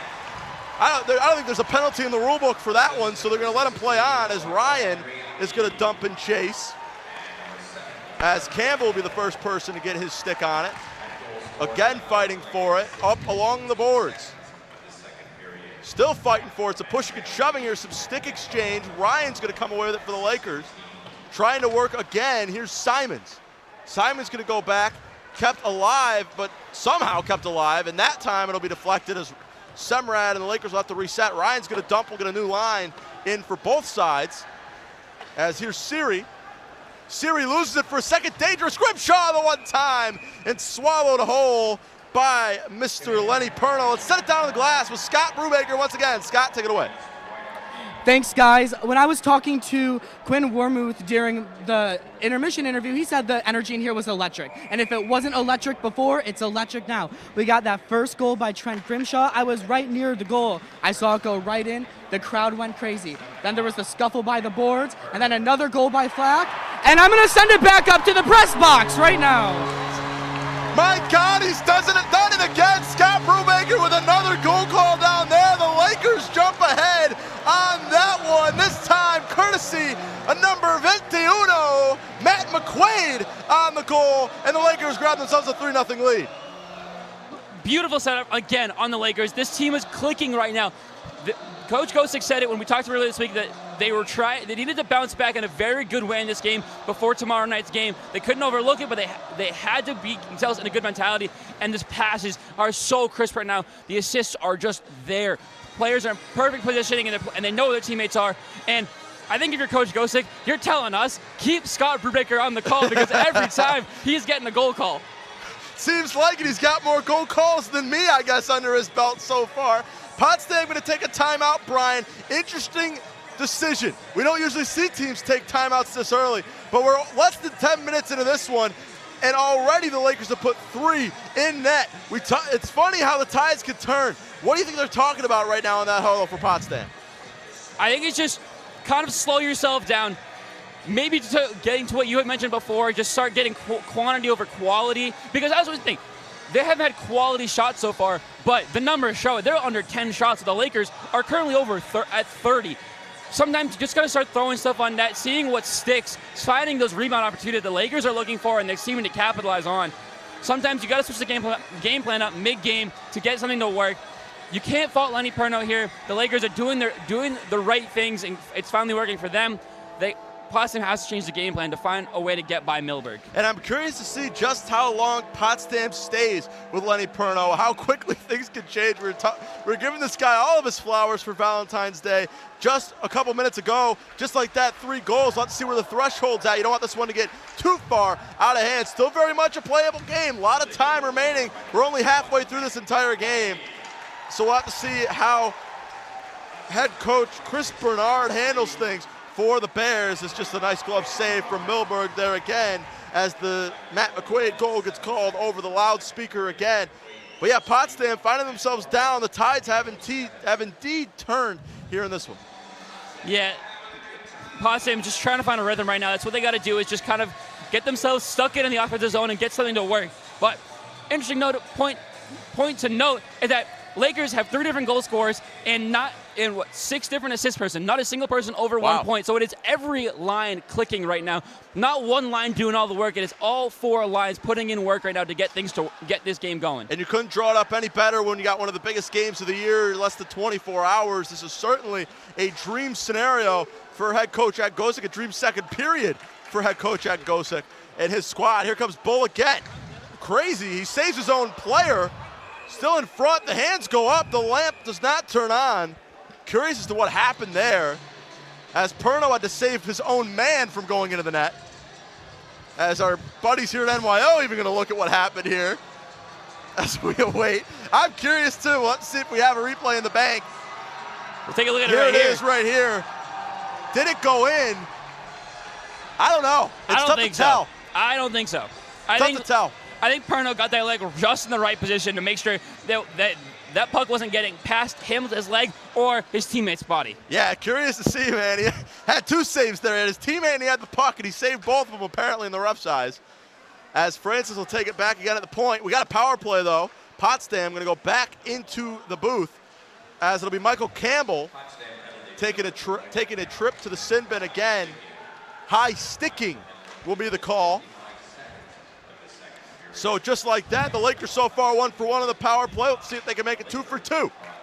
And I mentioned one of my keys to the game in the pregame show is stay strong in the PK. It already hasn't worked, and I think now it's just going to fall apart. They're under 80% this season on the penalty kill as a whole, and I think that number may be falling by the end of the night. Yeah, this is a big defensive stop for Potsdam if they want to remain in this one.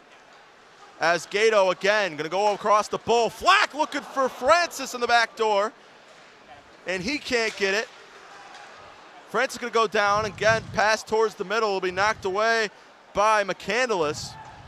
And all the way down, Andriaki going to be the first person to touch it. Shane Bull checking off as he slams his stick down. I think we put it in his head the other day that he led the nation in power plays. I think he wanted to extend that a little bit as he takes a trip back to the bench again, as the streak will most likely stay at 10. In this power play alone, Grimshaw going to go cross ice to Warmuth. Back to Grimshaw. 35 seconds remaining on the power play. Down low here, Sleeth. Back up top to Warmuth. Warmuth looking for the one-time shot. Ball rings off the post. It'll be rebounded by Calabufo. And disaster averted again. That was a great opportunity. And this time it's the actual physical equipment that bails out Perno. Yeah, Perno is looking better here. I think he's locked back in. He's definitely keeping himself in front of the puck. Lakers passing there was immaculate. I got to say, that was stick-to-stick passing every single time. But Lenny Perno doing a good job, finally getting himself locked back in after giving up 3 goals in just 10 minutes. Absolutely. Warmuth turns it over, and they're going to go on the dump and chase. Milberg's going to take it. He'll just cover it up himself as he felt the Bears knocking on the door. And we'll get another face-off. Looks like Potsdam, barring some sort of crazy disaster, is going to stop this power play as opposed to the last one. So maybe a little bit more of a morale boost here, Burrows. Yeah, I got to say, these are the little things that seem like they don't matter much, but I think to the team they're going to matter a lot. It's the fact that they gave up 3 goals in 10 minutes, and now they get a penalty stop, though here comes Tyler Flack. Here's Flack looking for a second, rings off of Perno, and it'll just be dumped down again, so they will defeat the penalty kill as Campbell's going to re-enter for the Bears, and they'll return to full strength. That one's going to go high. Might even hit a light, knock some dust off the top of the Deborah F. Stanley Ice Arena as Bull's going to take it back. 8:50 remaining in the second as Krulicki's going to lose it, and he'll get flagged for offsides and a late hit. A little bit of a yard sale. Krulicki's going to have to pick up his stick and take the walk of shame or the skate of shame back to the face-off line. So yeah, we look at just what we can see on our scoreboard here right in front of us, Burrows. 34 shots for the Lakers, 10 for Potsdam. It needs to change fast if they want to get back into this one. Yeah, I think it's a mix of both them trying to be methodical and it not working, but also the Lakers just keeping the puck down in their offensive zone. It's every time this puck comes down, you'll see it here. Here they're just going for a change. They're not even trying to push the puck. Right. But it's every time the Lakers keep people in front and on the puck, they can't get shots off, and it's just not working. It isn't really at all. This team is not Geneseo. They need to put some shots on them. You can't get away with 3 goals in 10, especially against these Lakers goaltenders in the way that they've played so far in this season. Here's Arcan. He'll dump it in as Krulicki's down there. Calabufo looked for it. It'll be taken back again. Fudger going to keep it alive. Great play by Brett Fudger. Calabufo's going to go on the chase. Lakers get a couple fresh legs in there. Look at backdoor. Bala saved by Perno once again. As here on the fast break, they've got a guy open. It's Hone. He stays on side somehow. Rocco is there to take it right back, though, and here come the Lakers. Sleeth leading the pack. He's going to dump it back down to McQuaid. McQuaid looking cross ice, back to Arcan. Looking in, it rattles around. Rose is there. Coming now off the rebound is Felix, and now Felix is going to go on the drive. It'll be dumped in once again by O'Brien. And rattled up along the boards again. Felix has it. McQuaid's there on D. Just again going to dump it in. You mentioned it, bros. They're not pressuring here at all, which is an interesting take. We see 4 white jerseys, 1 maroon, so they are absolutely not pressuring. Now here's their chance. A bit of a bad pass, one-time shot. He gets absolutely flooded by the Lakers defense. That was Ben Presley. No room to even think about breathing, and he winds up just throwing on nothing on the goal. Yeah, it was Lakers just collapsed on him there. It was just not allowing him to get a shot off. It was a stick lift to get the puck away. But it's again, they keep going for the dump and chase to get on this offense, and it's just not working. The Lakers both playing defensively. They have that back defensive line just playing back near that red line, and every time there's a dump, the Lakers are the first ones to it. It just doesn't work when you do it that way. Right. No, he got absolutely smothered, and he had no friends there to bail him out either, as Andriaki and Hall going to work for it along the boards. Big hit again from Simons as he sends Quesnel down on the ground. Lakers going to keep on moving, looking for Simons. He gets a stick on it. And again, he'll throw it in. It'll be knocked away by Grimshaw. Francis trying to keep it in the neutral zone. He won't be able to, as Quesnel's the first one to get down there. He gets met by Tristan Francis and pinned right up along the glass by his hip. As again, here come the Lakers. Dumped in, Grimshaw. Grimshaw looking in, looking for the opportunity. Glove save and a split by Perno. Wonder if he did gymnastics back in the day. A little flexibility down there for the save. Maybe like the things go, the football players take ballerina. He might be taking ballerina lessons as well, just to make sure those legs can take that split right there. Absolutely. We'll take another look at the replay here. Perno again. He's shown signs of absolute greatness in net, and right there, somebody could throw on the highlight reel. Just don't show the scoreboard as he makes yet another save. Fresh off of the face-off. 6 minutes and 18 seconds remaining. Lakers lead this one 3-0. You listen to WTOP 10. Jacob Bradley alongside Brian Burrows. Here in this one, Semrad gets redirected. Puck still loose. Bull was there. He can't get it. Again, pinned up against the boards. And it's knocked away and taken by Hone. Hone looking inside for Olszewski as Semrad's now going to take it. He bangs it off the boards for Bull. Bull looking into Flack. He was looking for Gato, just couldn't get it. That's how good this line has been all year. They've been able to read each other like a book. Addison's there now. He gets pinned up. Flack's over there too. As Flack will come away with it, he'll bounce it off of Hone. And offsides, Connor Gatto did not get over the blue before he touched it, so that'll be a whistle. Yeah, you mentioned that first line from the Lakers, Bull, Flack, Gatto. It has just been like Disney on ice out there. The way they move, the way they pass, everything is just crisp. They know each other so well. They know where they're going to be, and that's why those three pretty much lead the team in points. I mean, Bull and Flack are miles of everybody else, but Gatto just sitting there, 18 points coming into the game, 13 assists. Absolutely. Disney on ice. What a reference. I love that. As it again pinned up against the glass. Addison's in there. As is Semrad pushing again. He'll come away with it. Is Bull. He passes it up to Flack. Flack moving quick. Back to Bull. Bringing it out into the scoring zone. Bull is going to lose it for a second. Great defense again by Potsdam. Losing it one more time. He gets caught up in the stick of Flack, as now here come Potsdam. dumped in by McCandless as Arcan receives it.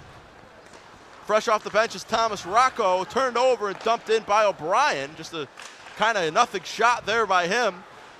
As again in front, and Milberg on the side fields it. They always told us in baseball, Burrows, get in front of it, put your body in front of it. Milberg knows what he's doing, though. He makes a nice glove save. Yeah. I want to go back to that, odd shot that you mentioned, the nothing shot by O'Brien there. It's like, I'm a little confused. I'm not a hockey player. I'm not hockey trained. But why do that? Why just dump it in and put it off the goalie when you could skate it in? There was a lane to skate in there and let your teammates kind of get into the zone and set something up. I don't know. This defense has been pretty solid so far by the Lakers. Maybe he knows he's going to get a big hit if he keeps the puck for longer. Not quite sure. Here's Sleeth. He'll go across ice. One-time shot by Bala, saved again by Perno, who was really gotten right back into the groove of things. He had a rough couple minutes, but now he's getting right back into it. Yeah, pretty much since that 10-minute mark, right after that third goal, he's gotten right. He's locked back in. He's kind of set his sights on that puck and not letting it by him again, which is what you want to see if you're the Potsdam coach, because he is going to be that reason they're going to stay in this game, potentially make a comeback. It's going to be on his skates, on his stick. Absolutely. His one-time shot again. He got a glove on it, but it won't matter as Arcan's there to receive the rebound. As again knocked away. Again, there's Rocco.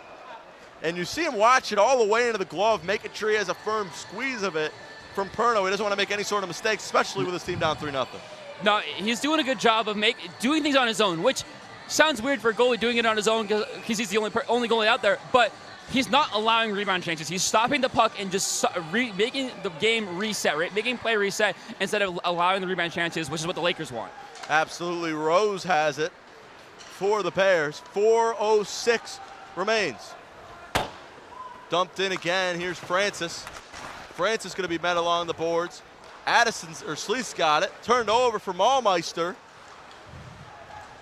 And again, the shot goes off his own teammate's back. You heard the thud from up here. As again, they're caught up a little bit amongst the skates. As Warmuth's going to get slammed into the glass. McQuaid's got it now.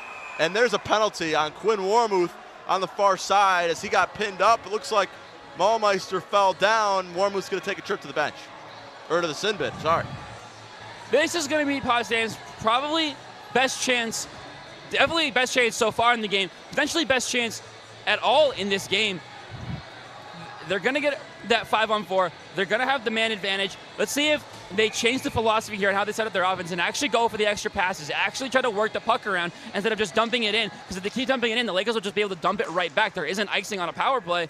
So the Lakers can just continually dump it back down towards Perno if they want to, if they get the puck. Absolutely. This is going to be interesting to see exactly how this team plays because Oswego was not good on the penalty kill their last time. There's the shot ricocheted away. Yeah, you mentioned it, Burrows. We're going to see Potsdam a lot on the offensive attack. Time to run some plays here. As Maulmeister has the puck, he'll throw it back to Rose. Back to Maulmeister. Maulmeister again working alongside Flack. Flack's going to potentially avoid disaster. It looked like they might go down 5-on-3 there. But regardless, here's Hone. Back to Rose. Rose on the shot, tipped away on the save by Flack. You see him kind of knock off. Maybe that hurt a little bit, but he'll get over it. As again, here's Rose. Rose back on the one-time slap shot. Puck still loose in front of the net. And a great job by the Lakers defense to dump. And we'll get a fresh line. They knock off half of the PK right there. A minute left, though, for Potsdam to still capitalize on the man advantage. The Lakers did a very good job keeping in front of the puck, but that was definitely Potsdam's best look of the entire game. A wide-open slap shot. They got the man in front of the net for the deflection and to block Milberg, but it just didn't work. Lakers defense continually just swarming the puck the entire time, especially if it gets down near Milberg. There's always 2-on-1 Lakers to Bears. Absolutely. Is again cleared by the Lakers. 30 seconds remain in the power play. As Campbell's got it, he'll dump it in. Intended for Felix. He gets pinned up along the glass, as well as Semrad. A lot of bodies over there. Nobody coming away with the puck. As a lot of pulling, which is something you don't see too often. Here's an opportunity for Potsdam. One-time shot save! Duggar Wood with the one-timer, and Milberg with the glove save. It didn't look like it was on goal, but putting out a show for the crowd nonetheless. Yeah, that one definitely got the crowd riled up. Something the goalies love to hear. We talked about it with Cal Shell gets it, the way he gets the crowd riled up. Milberg does it with the glove, getting the crowd going. If you get the crowd involved, get the momentum going on your side. It's gonna help for the rest of this game. I mean, they're already up 3-0. Last time they played, it was a 6-0 game up in Potsdam earlier this season. Momentum on your side from the crowd, that could very easily, this game could get 6-0 very quickly. Absolutely. Milberg with another save there. The crowd is in action tonight. That is for sure. Lakers return to full strength. Cam Simon's going to skate right out there following the Quinn Wormuth penalty. As again, it's pinned up. Another one-time shot. Milberg's there again with the save. Some pretty good minutes here for Brandon Milberg. I'm sure Gosic's taking some notes as to who he's going to get the start in the net tomorrow night. Yeah, Milberg been playing very well, especially in these last 3 minutes. But you got to say the Bears finally turning this offensive game plan around. You're seeing these extra passes. There's a couple of times where it's like, okay, maybe you shoot it, but it's going to be blocked. They get the extra pass out, they put the puck around, and that's why they're getting these clean looks and these Milberg's getting these saves, is because there's been a lot of good, clean looks right in the middle on that extra pass. Absolutely. Now here comes Simons. He'll dump it in for Ryan. Ryan got a stick on it from Duggart Wood as the pass goes wide. Minute 15 remains in the second. A much better second for the Lakers than the first. Can't say the same for the Bears. As again, working forward, here's Ryan. Ryan shot's too high. Addison's there, though, on the rebound. Simon's got a stick on it. As again, here come the Bears. Fulci was working. He's still working on Jonathan Bala. As here's Siri. It'll be dumped in again. Milberg going to come out of net and field that one for the Lakers. Addison gets pinned up along the glass by Clonow.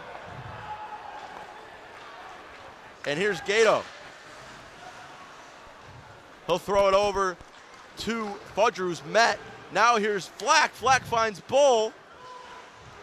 And Bull, here comes Tristan Francis. You got to assume he's getting the pass. He is. He's got a wide open lane. The shot ricochets off. Tristan Francis making some action here on the drive. Usually we see him stay back a little bit. He gets a great shot opportunity, a great look, but a better save from Jacob Perno. Milberg, that was a forward-esque move from the defender, Tristan Francis. He not only saw the space he pushed into it, he made a couple digs, and that shot was low and away from Perno. Perfectly placed for both a rebound chance and for a goal opportunity. Absolutely. You mentioned the forward-like play from Tristan Francis. Last week when we were talking with Rocco Andracki, he mentioned the transition from forward to defender that we've seen him make this year. Tristan Francis, another one, making a little bit of a transition. So it's interesting to know that these guys might be forwards in their mind, but now we're seeing them play on the defense, so they all have it in them. It's just a matter of if they're going to get the opportunity to be able to showcase that former forward-esque type of play. But Burroughs, the Lakers came out hot in this one. They lead 3-0. It's been 10 minutes of poor play probably for Potsdam, but 30 of very solid play, especially from the goaltender Perno. Yeah, Lenny Perno, it was that stretch of 10 minutes at the start of the second period that really killed him, but he locked right back in. He finally got himself back into the game on the puck and stopped everything, because Lakers had plenty of good opportunities in the second half of the period, but Lenny Perno wasn't letting anything by, just like it was the first period all over again. But the Bears have to rebound now. They have to get shots off on net. They got to get set by Milberg if they even want a shot, and it has to be early coming in that third period. Absolutely. He's on a red-hot streak, and he's down there with Scott Brubaker. Scott's with Tyler Flack. Take it away. Thanks, guys. I'm down here with Tyler Flack. So, big turnaround here in the second period. What did you guys do different this period than you did your first period? I mean, I don't think we really changed much. We kind of stuck to our game plan of forechecking hard and really getting on these guys. I think our back pressure's been good all night. We just got to keep that going into the third. So I talked to you, it was about 2 weeks ago. You were on a 12-game point streak. Today marks a 15-game point streak, and you got a goal out there. How are you feeling? I feel great. I mean, I'm not too worried about that, as I said. We're just looking to carry some momentum here. We got a big one tomorrow with Plattsburgh coming here, and then a big one in Cortland moving on into the playoffs. Now, we still have one more period left. What do you have to do going forward to make sure you keep this momentum going? Stick to the game plan. I mean, keep that back pressure up, help out Milberg. He's been bailing us out a bit here. Could be a closer game than 3-0, so we just got to stick to it. All right, thank you very much. I'm going to set it right back up to the press box. Thank you, Scott, and thank you, Tyler. The Lakers jump out ahead in this third period of action. It's 3-0. We'll be right back with the intermission report.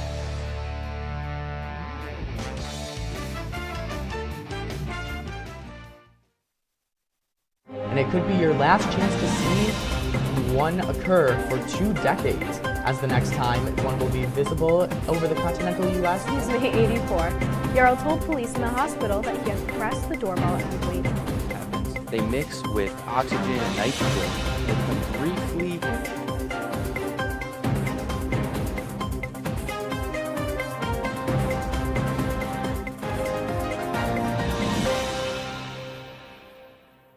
What's going on? Yeah, dude, we go on at like 11:30. It's like No. What do you mean no? It's 10:30. 10:30? Matt, it's 10:30. What do you mean it's 10:30? Hey, don't touch that. That's my ladder. Hey, man. Whoa. You know this book was already discounted 10%? Wow. Get a close up with that one. Matthew, Look at that. Can we go back inside? I want to sleep in the studio again.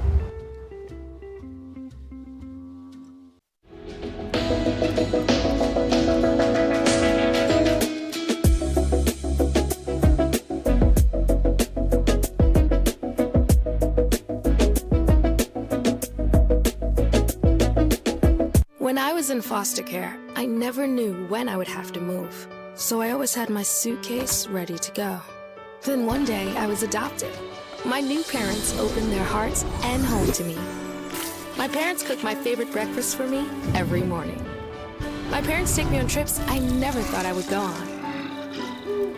They gave me a home and an even better reason to use that suitcase. My parents aren't perfect, but they're perfect for me.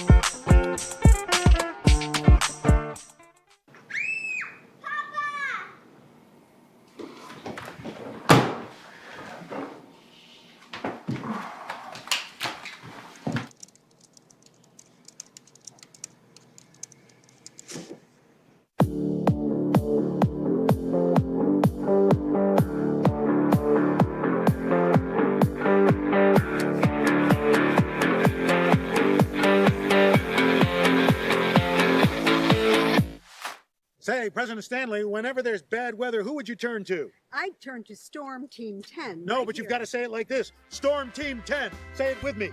Storm Team 10. What's going on? Yeah, dude, we go on at like 11:30. It's like No.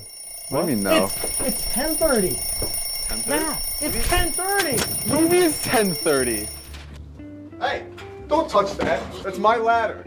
Hey, man. Whoa. You know this book was already discounted 10%? Wow. Get a close up with that one. Matthew, Look at that. Can we go back inside? I want to sleep in the studio again.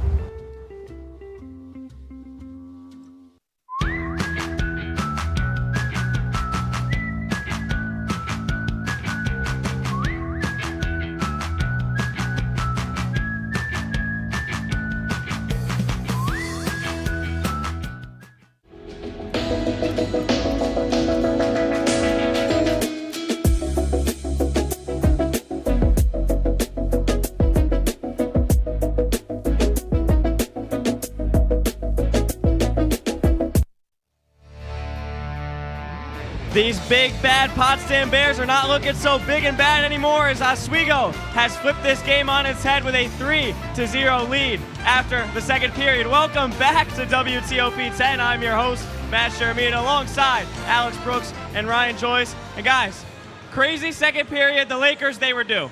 Yeah, the Lakers were due. They woke up, and I don't know about you guys. I feel like they were saving the dramatics. They were kind of just saving the dramatics for the second period. Like, they were fooling us in that first period. So they went on this second period. 3 unanswered goals, Grimshaw, Flack, and McQuaid. It was really a sight to see, and the Lakers, they're waking up here in Whiteout weekend. Yeah, it's good to see you. Early on, all three of us kind of had big score predictions. 3-0 game here now, and I think for Oswego, what was pretty important was kind of the second chance opportunities. I mean, you look at the first one, great pass from Simons. They get the goal there for Grimshaw, and then the second one, missed there from Bolin. A second great shot there from Tyler Flack. So overall, the second chance opportunity has been really huge for this Oswego team, and they got to keep it going here. Up 3-0. Keep your foot on the gas and keep it going against the Bears. Absolutely. I mean, Tyler Flack's been the godfather of this team. And like the godfather, just when I thought I was out, these Lakers pull me back in. I mean, I'm all in this game, 3-0 game, and I want to look at this period summary. What's standing out the most to me is that shots on goal discrepancy. Ryan, talk to me about that. In all year, Oswego's kind of been a team that get a lot of shots up, and sometimes they fall, sometimes they don't. Tonight, first period, nothing fell, as we know. Second period, a lot better. 38 shots overall in this game has been great so far, and I feel like they're having that second period, a better cohesion. They kind of figured out how to get to each other, find your top lines, top units. It really wasn't one line doing, too much today, but it was kind of the top, 3-4 lines. Everybody kind of contributed, and it was just an overall great team period there from Oswego overall. Yeah, the communication was really up, and then looking at the power plays, Oswego ended up 1 for 2 on there. As I was mentioning in the pregame show, when they got 2 power play goals against Potsdam, they won 6-0. They have won and now up 3-0. So that's something to look for. Utilizing your power play opportunities can extend your lead and really make this game unreachable for the Bears. Yeah, so far a lot better conversion rate on the power play. The last time they faced the Bears, it was 2 for 7. Today they're 1 for 2 right now. So far you're trending in that right direction going into tomorrow. And Ryan, like you said, they're playing with a sense of urgency right now. They're getting a lot of shots off, and it's working in their favor. Yeah. And a lot of shots off, not working too well for Pero behind the net. He kind of looks like a one-period pony out there. Nothing really going for him in the net. He's going to be dreading that 200-foot skate to the other side towards the student section. We're going to look at the battle of the netminders there. The other guy, though, Brandon Milberg, he's looked like a mega minder out there between the pipes. Yeah, I mean, like Lenny Perno, the thing is, you can't win the game in the first period.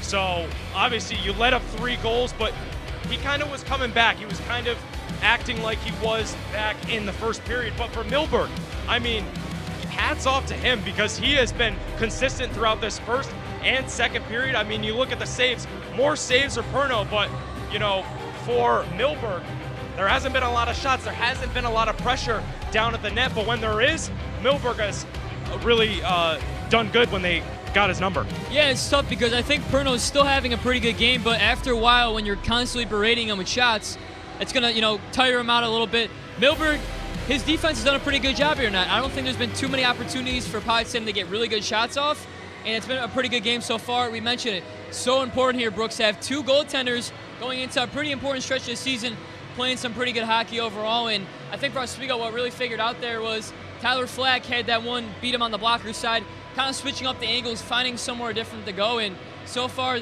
the defensive battle turning into offense and helping Oswego up to a 3-0 lead. Yeah, they're clicking on all cylinders, and they're feeling this emotion from the fans because it is a very physical battle out there. We're going to look at the physicality out there, even some extracurriculars. We had a lot of bodies thrown against boards and a lot of fists thrown as well, Alex. Yeah, physical was the name of the game this second period. I mean, there was a lot of bodies falling for Potsdam, and it seemed like Oswego kind of got into Potsdam's head a little bit in this second period. They weren't as disciplined as they were in the first period. Communication was a little off. Not a lot of transition, not a lot of guys in space for the Bears, but for Oswego, really just kind of owning your ship, really. Like just having the home advantage and really playing up to this whiteout weekend, this historic whiteout weekend here up 3-0. Yeah, I think if you're an opposing team coming in here, you got to know it's going to be a really physical game, and we're not going to back down the Lakers here. But what's really impressed me, guys, is we've seen a lot of physicality here tonight. Only 2 penalty minutes for Oswego so far. 1 penalty in this game for himself. On the other side, only 2 penalties there for Potsdam.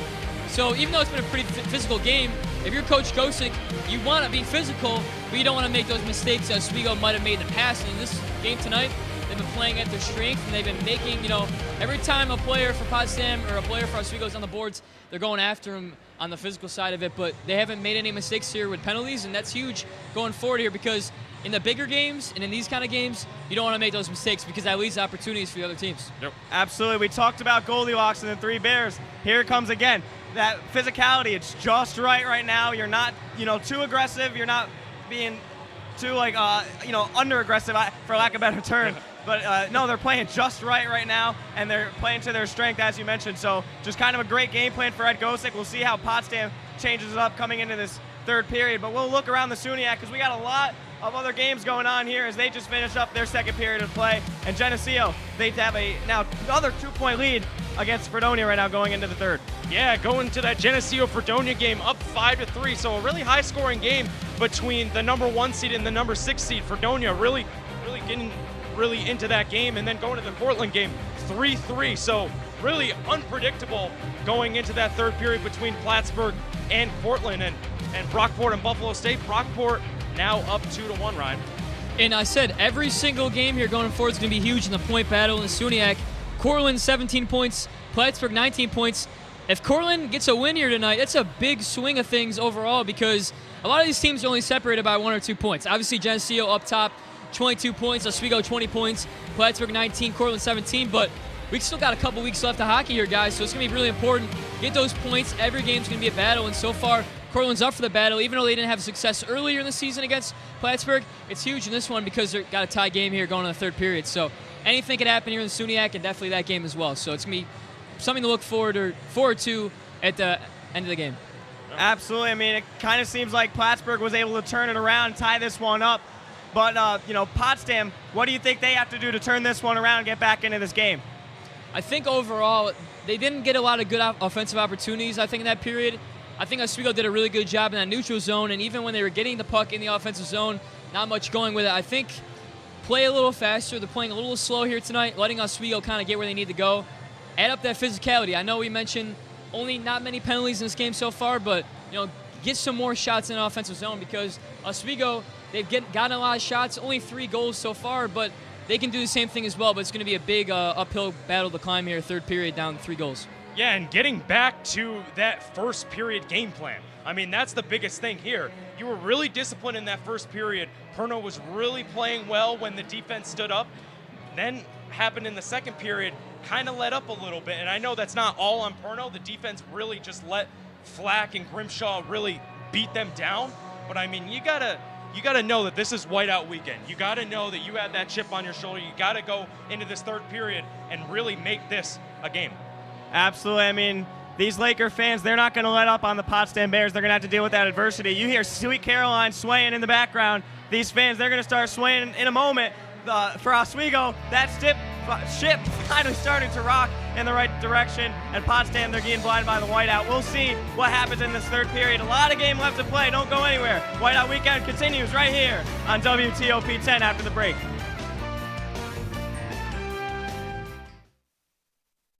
What's going on? Yeah, we go on at like 11:30. It's like No. What do you mean no? It's 10:30. 10:30? Matt, it's 10:30. What do you mean it's 10:30? Hey, don't touch that. That's my ladder. Hey, man. Whoa. Did you know this book was already discounted 10%? Wow. Get a closer with that one. Broadcast news. Look at that. Can we go back inside? I want to sleep in the studio again.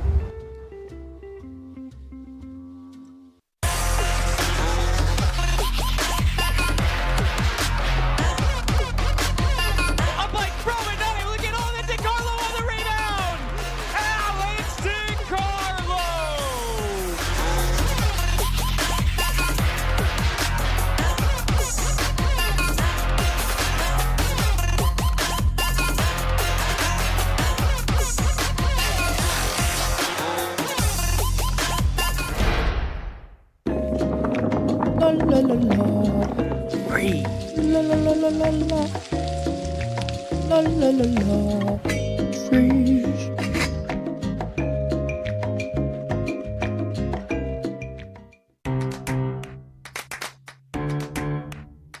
We'll deep dive into our feelings in our Real Talk segment. Stay tuned because it's about to get real.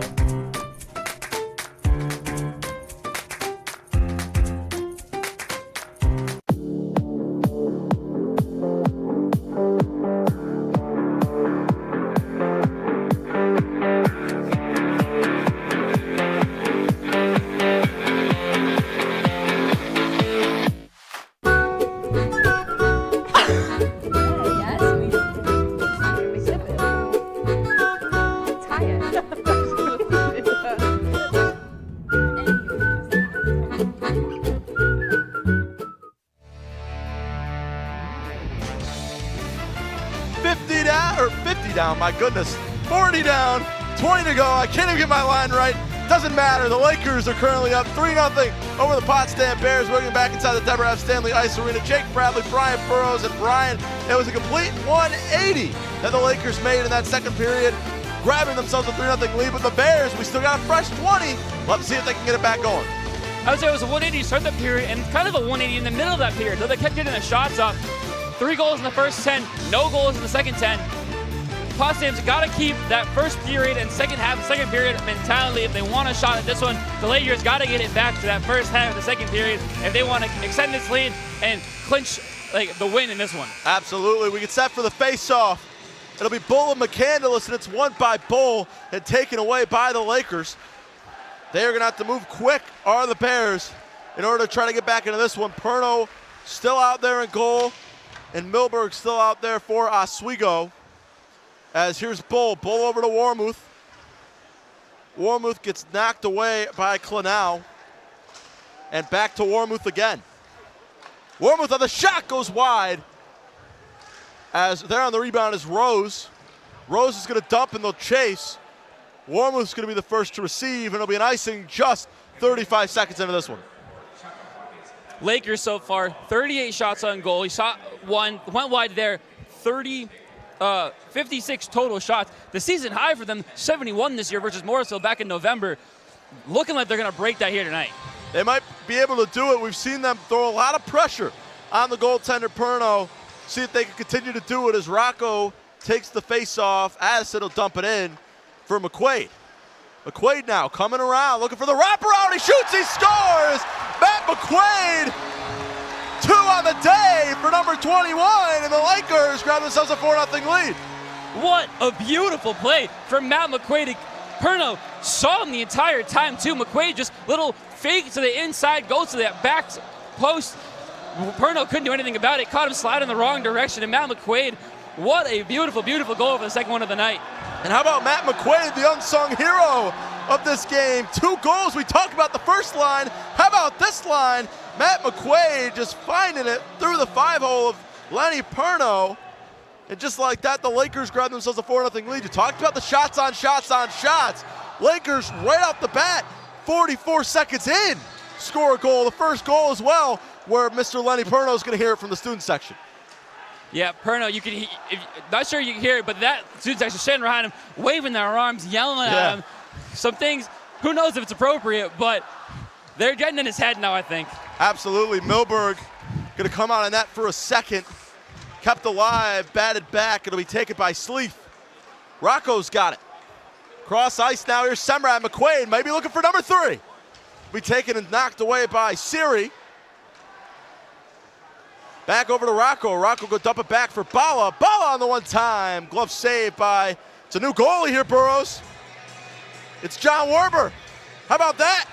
I didn't even see that happen. So that's, you want to talk about some twin magic, some trickery right there. We've got a brand new goaltender. Let's talk a little bit about him, Mr. Brian Burrows. John Werber, the junior from Skillman, New Jersey. We're seeing him for the first time here in this one. Yeah, this has got to be demoralizing for Perno. He was playing so well. That first period was a highlight reel for him. Second period starts off slow. Picks it back up, though, in the end of the second period. Quickly gives up the 4th goal, and he's getting pulled. I think Potsdam, I mean, their playoff hopes are still alive, so I think they're trying to just do anything they can to get a point out of this one. I agree, and you can't fault Lenny Perno in goal tonight. 40 shots he faced. That's a 36-save night for Lenny Perno, and it ends early, just less than 2 minutes into this third period, and we see a goalie change for the first time here for the Bears. We'll have to see if Werber, a big hit, and another secondary hit for Hall, as that was a little tell your friends moment from Danny Calabufo on Jacob Hall. Backed up in front of the entranceway of Potsdam, and it'll be taken now by Krulicki. Thought about getting around it. Simons has it now. Simons behind the net, still loose. Taken now by Grimshaw. He's got a goal already. It'll be taken back now by Quesnel. As the Lakers will reset, here's A.J. Ryan right out over by the Laker logo. Dumps it back now to Grimshaw. Grimshaw, one-time shot, stick save by Werber. And already his presence being felt there on the stick save, preventing a goal. Again now, Warmuth, top of the point, back now for Francis. Francis along the boards, here's Grimshaw. Grimshaw being pinned up by DeMoro. And another hit, Simons this time. Now with the puck is Gubbins. And it'll be taken by Grimshaw. Looking to join the 2-goal club with his buddy Matt McQuaid. Grimshaw again. Pass it back to DeMoro. DeMoro loses it as Ryan would have been off sides. Had he had gotten it, 2-on-1 opportunity. The shot passes it back by Bull, he scores! Shane Bull, who else? Leads the nation in power plays, leads the Lakers in goals. You can tack on one more, it's Lakers 5-0. 18 goals this season for Shane Bull. I want to give him the flowers, but those flowers do not go to him. They go to the assist. They found the wide open man sitting in the middle. Great job by Bull to put it in the back of the net, but that pass was excellent. This line is on another level. You want to talk about a line that's one of the best, not just in the SUNY, but how about in the nation? These three guys are an absolute threat together. It's very much like they're synchronized. What's the telelocation, it seems like they're doing out there. If that's even a thing, I don't know. But either way, they are just working on every cylinder, and they prove it right there on the goal from Bull. As again, it's pinned up along the boards. Arcan's there. Arcan's got it. Again, just pinned right up along the near side boards. It'll be taken by Gato. Gato gonna move quick. He'll go across now to Flack. Flack finds Bull again, another 2-on-1. Here's Bull, got a rebound. Flack can't get there. It looked good, and he's gonna not be too happy with the result there as he scurries off the ice. Rocco's gonna check it instead. As the Lakers looked like they might have went up 6-0, but it didn't take long from the score on John Werber. And just like that, they're moving quick. Here's McQuaid again, looking for Bull. Got a stick on it there. Did O'Brien. As again now, working on it is McCandless. McCandless looking for Campbell as it'll go high off the boards. Heads up there, Richie Perrant. Luckily he's got all the pads on to protect him. But nonetheless, we get another faceoff. Yeah. One thing I wanted to mention before the goal was that John Werber hadn't come off the bench this year. He had started. Every game he played, he had started. Wow. So I was going to say, I wonder how he's going to do coming off the bench for the first time this season. Well, obviously it's not going well. He made that one nice stick save where he deflected it away, but quickly gives up a goal for the 5-0 lead. Absolutely. Werber listed as the second goalie for the Bears here on the lines. Already let in a goal, but he did make that nice stick save, so they're going 1 for 1, or 1 for 2 so far. As the check into the boards, it'll be taken now by Potsdam. It's Campbell working on it. He'll dump it back behind the net. Chasing after it is Hone. And again, here come the Lakers. Fast break, 1-on-1. Thomas Rocco, the shot, he scores! Tack on another! The Lakers are bringing the white out early. It's 6-0 now. 6-0 up in Potsdam earlier this year. 6-0 here in the Deb. Lakers just like it versus Potsdam. And my God, what a beautiful play from Thomas Rocco. We'll see the replay here. Puts it, I believe it goes 5-hole. Yes, it does. And Thomas Rocco, the D1 transfer, showing why he got that call to D1 to start his collegiate career. Absolutely. Thomas Rocco putting it on display, and the Lakers are starting to tack it on. John Werber letting in his second goal, sets his entry, the third of the period for the Lakers as Wormuth tried to keep that one in bounds. It goes wide and into the bench, and we get another face-off. 45 shots to 17. Potsdam, it's completely almost fallen off the rails at this point. Yeah, they just look disorganized out there. The Lakers just keep getting rush after rush. The Bears will bring it down, they'll maybe get it across the blue line, and the Lakers just steal it away, and all of a sudden, 2-on-1, 1-on-0, doesn't matter. The Lakers just opportunity after opportunity, and the Bears just can't do anything about it. And with the Rocco goal, the Lakers, let's call this play here as that one gets knocked. Wait till the neutral zone to throw this stat out there.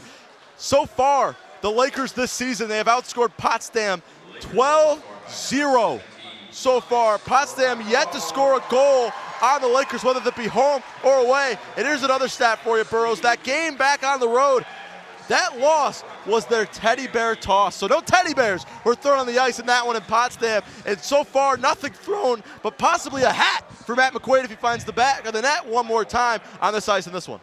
Yeah, I mean, the Bears maybe should have asked us, the Oswego Athletics Department, if they could go to second teddy bear toss just to get some donations on the ice because, gosh, that's a little embarrassing. You don't get any donations on teddy bear tossing.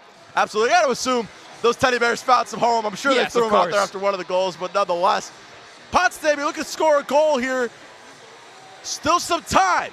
A lot of magic needs to be worked, but there still is time, so you're not going to want to go anywhere if you're watching at home. Semrad's going to throw it in. Werber's going to come out of net and field it. He'll leave it behind now for DeMoro. Semrad's got it. He'll go cross ice to Addison. Addison on the one time. Glove save by Werber. And we got another face-off. Couple stoppages, one after the other here. Potsdam maybe starting to play on the tired side and trying to work these already tired legs of the Lakers. Yeah, I think they're just trying to slow things down. I mean, that puck just kept moving after those goals. It was goal, quick goal, quick goal. I think sometimes you just got to slow things down. Even if it means just face-off after face-off, sometimes just getting the Lakers off some momentum is what you got to do to kind of get back on track. Absolutely, a knuckler there from A.J. Ryan. His glove saved by Werber. You mentioned it, slowing things down. You break down this game, right? We're talking maybe a bad 12 minutes, maybe 15 minutes that this Potsdam team's played so far. The rest has been very, very stellar from this team. Yeah, I mean, we're only 6 minutes and change into this period, and even the last minute has kind of has been a return to form to those really good minutes of the game. It really has just been not even like half a period of bad play from them in this game's entirety. Absolutely, puck's still loose in front of the net. There's the shot wide left as it looked like Werber got a foot on it. As again, the pass will go up. It'll be now Felix had it.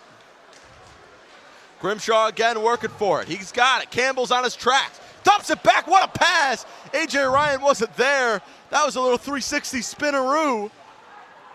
And he can't get it. Arcan again. He's going to fall down. Going to be taken in the neutral zone by Potsdam. And the save with the glove by Milberg going to be dumped back now for Arcan. Arcan going to pass it up for Grimshaw. It'll be dumped all the way. Werber again going to go after goal. He's got to watch himself because coming up hot was Tyler Flack. We know the quickness he has. As it got dumped in, here's Bull. Bull going to start running some plays. He'll throw it back now. Here's Flack. Flack looking for Arcan, save by Werber. He ran it like a book. It's still loose, and it goes in. Somehow, it winds up going in, and it's Shane Bull who scores from his wallet. The second goal of period, the second goal of the night. The Lakers tack on at 7-0, maybe. So far, no call. They're not going in to shake hands. Curious to see if they're going to review this. Maybe we can take a look on our end to see what's going on here. Nothing's been added to the scoreboard. The music is playing, though. There's the score. Okay, we do count it. And we'll get another whistle here. Something's going on. You want to talk about that last goal here, Burrows? The first thing that comes to mind is, no offense to John Werber, he's not Lenny Perno. We saw Lenny Perno have a play very similar to that earlier in the night and somehow dove back and got it. Werber couldn't do it, but just lucky. That's just lucky for the Lakers. That's all. It's a good play to get the puck in a good position, but that is just honestly pure luck for the Lakers to get goal 7. And I do want to mention, they're chasing their goal high now. 8 goals is the season high so far. At 7 with 12 to go, that's a very good chance to tie it or even go past Absolutely. it. Here's Bull looking for 3. The shot, he scores! Throw the hats on the ice! Shane Bull with a third period hat trick! And just like that, the Lakers tie that score record for the season. They're up 8-0, and the hats come flying out of the ice in the Deb. The Bears just can't get anything together. It really has just been a kind of embarrassing third period for them because it's not even like the Lakers are just getting good offense set up. It's just odd man rush after odd man rush. That's the second time this period that it's just been a 1-on-0 down the ice and it's 1-on-1 with the goalkeeper. Never mind like getting a good offense set up. Obviously there was a lucky goal, but it's just kind of the defense, the offense, it's all just getting embarrassing for the Bears.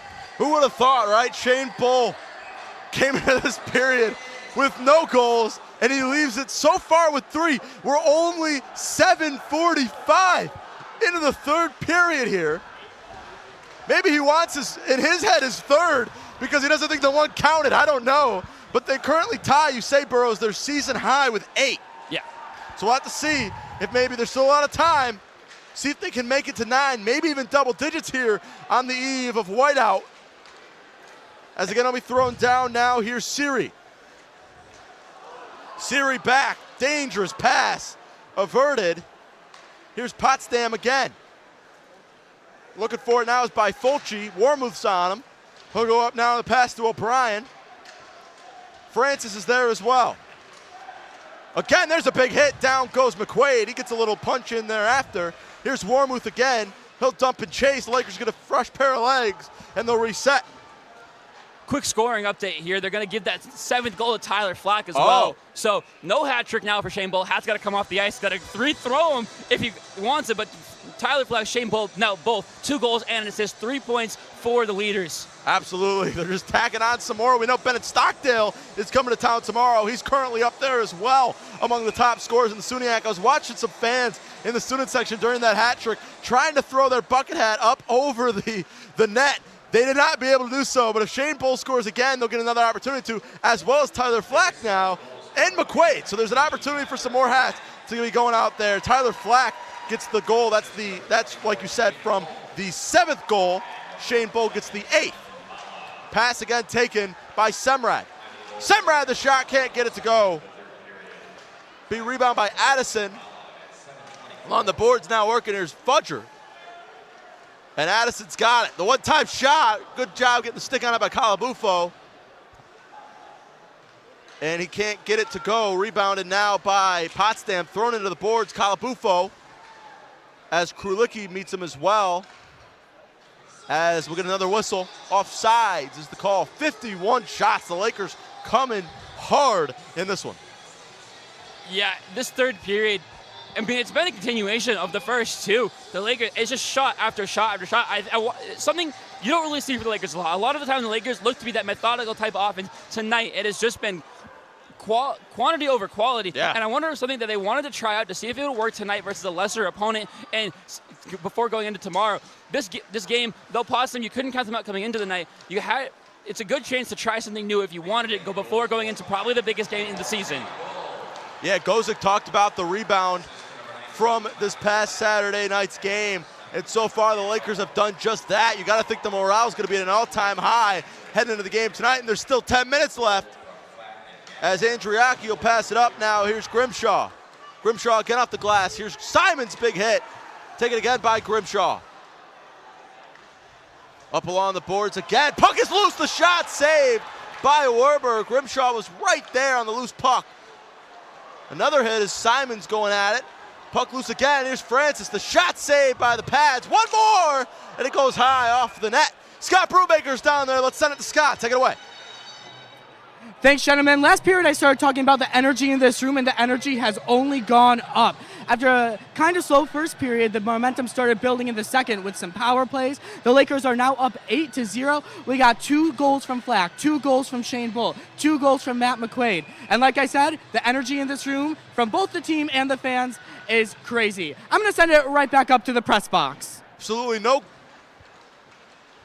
goals scored there on Scott Brubaker's talk over there on the sideline. I mean, he's had plenty of the opportunities to.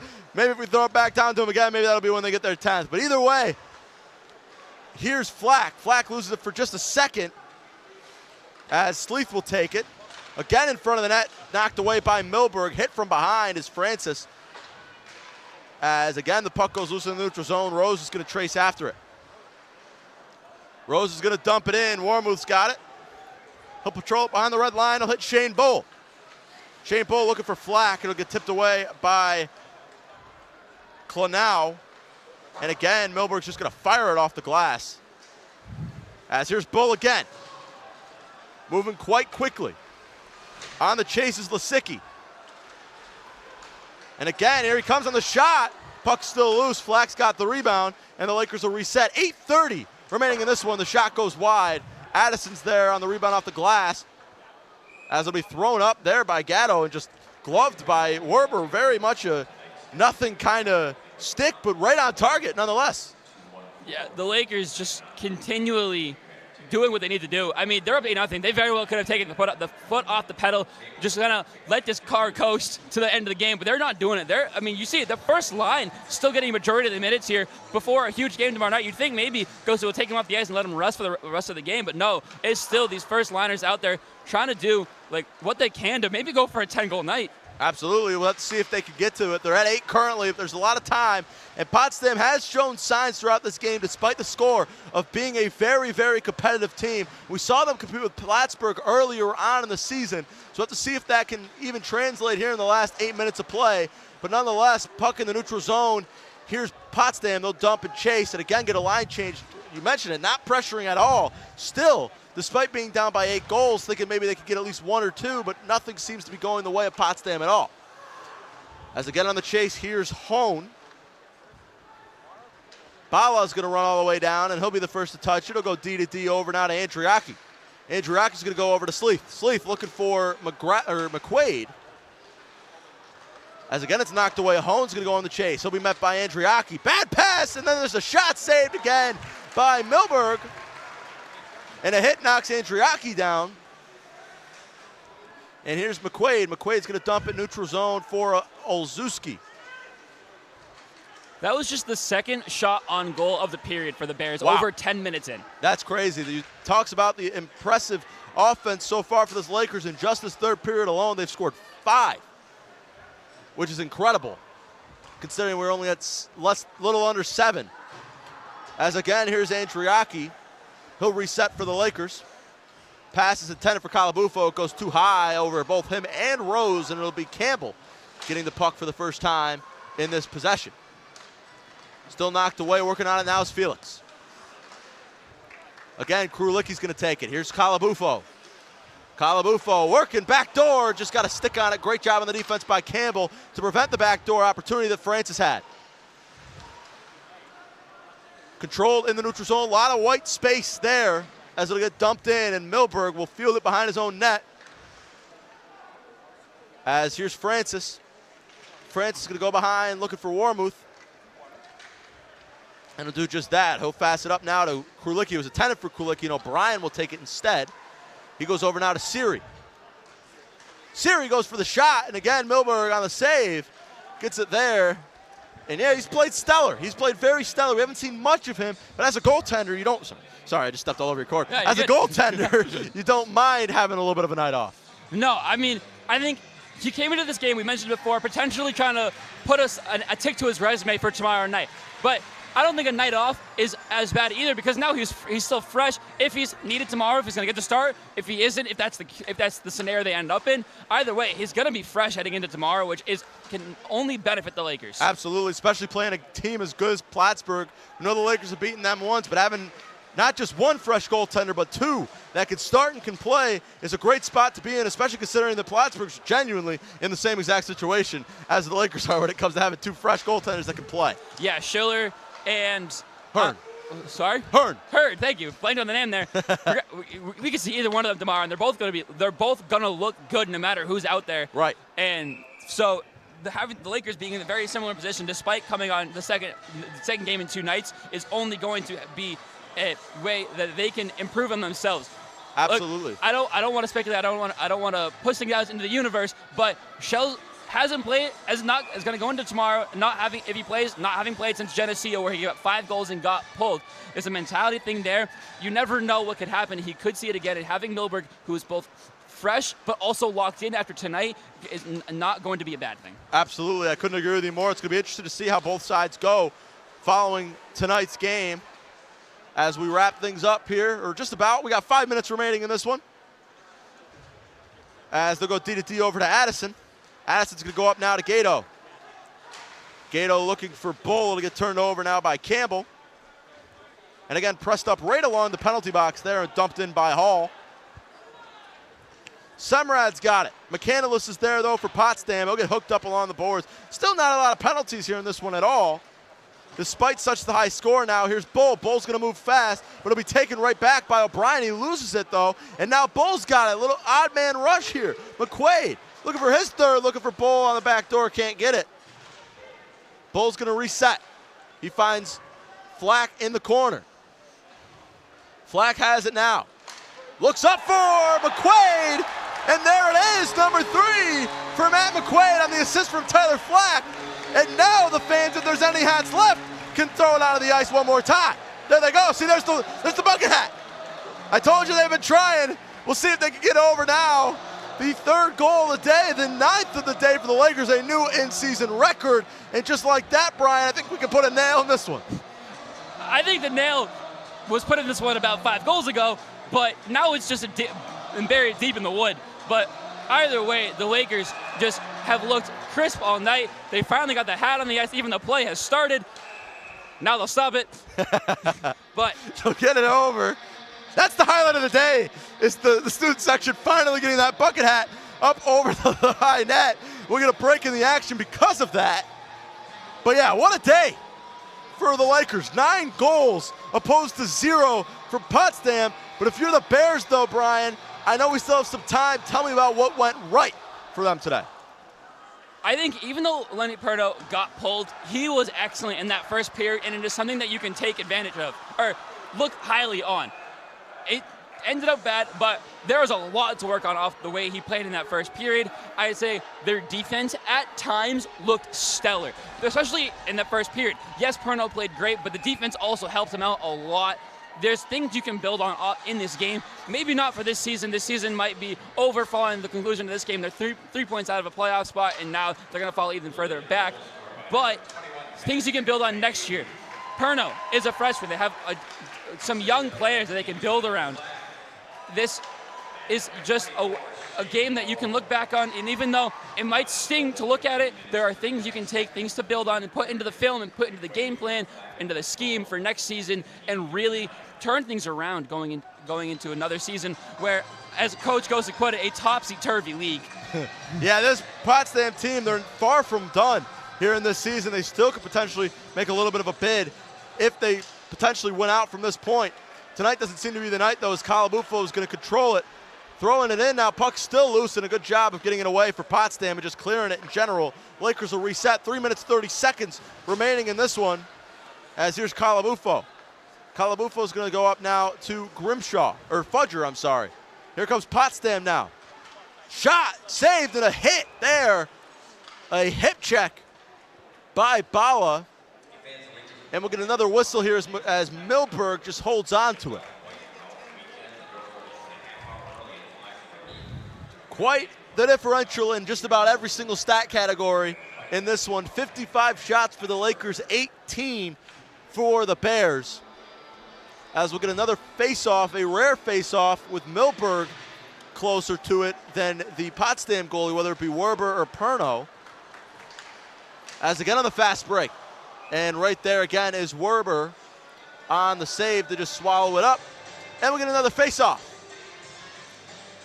You mentioned just the utter dominance in every facet of the game for the Lakers. You'll see it on the stat sheet if you take a look. Both shots, obviously goals, even face-offs. The Lakers just over 2/3 of the draws tonight, it looks like. And it's just not, they're not slowing down either. I mentioned it before, but even with 3 minutes to go, they are racing for every puck. They're pushing themselves to the whistle every single play. And I think for them, at this point, it's a mentality thing. It's just keep themselves put in the game, keep themselves locked in, because if you end the game locked in, you'll start tomorrow locked in. And one thing the Lakers can do sometimes, especially when in the big game, just start slow. Something we'll have to watch for tomorrow is, can they come out of the gates racing, or is it going to be a slow start for them?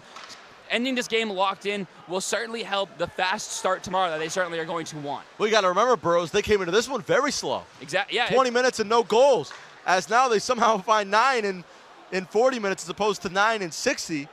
So we got to see if they can continue to ride that momentum tomorrow and score quick. We've noticed the past couple of whiteouts that me and you have been a part of. Lakers have scored pretty quick. Yeah, they tend to get on the board first, and where it goes from there can differ depending on the game, depending on who's been out there. But the Lakers tend to step up to the moment when it comes to Plattsburgh. Other teams, not so much, but when it comes to Plattsburgh, I think they understand the rivalry. They understand what the fans want to see from them, what coach wants to see from them, and especially this year, the moment in the SUNY and how it's going to matter ultimately for their playoff position. I wouldn't be surprised if we see a quick first goal from the Lakers or the Cardinals, either way, but especially the Lakers getting on the board first tomorrow. Yeah, if you even want to flash back to one time that the other team started off early was actually the last time Plattsburgh was here, which was that SUNYAC championship. 20 minutes in, nobody had scored. Plattsburgh was the first to score in the second. So we'll have to see if history repeats itself all over again tomorrow night. But the Lakers are running in with an absolute wave of momentum. As for Plattsburgh, a little bit of a closer game with Cortland currently. Yeah, currently up 5-3, but 5-4. 5-4. Cortland just got on the score sheet. That changed as I looked at the website. But something to look at. Cortland scored 3 goals in that first period. End of one, it was a 3-2 Cortland lead. Now 5-4 Plattsburgh lead. But the Lakers are going to come in on an extreme high. Plattsburgh, it's going to be a different high if they come out victorious from the game versus Cortland because of the meaning of the game for playoff positioning.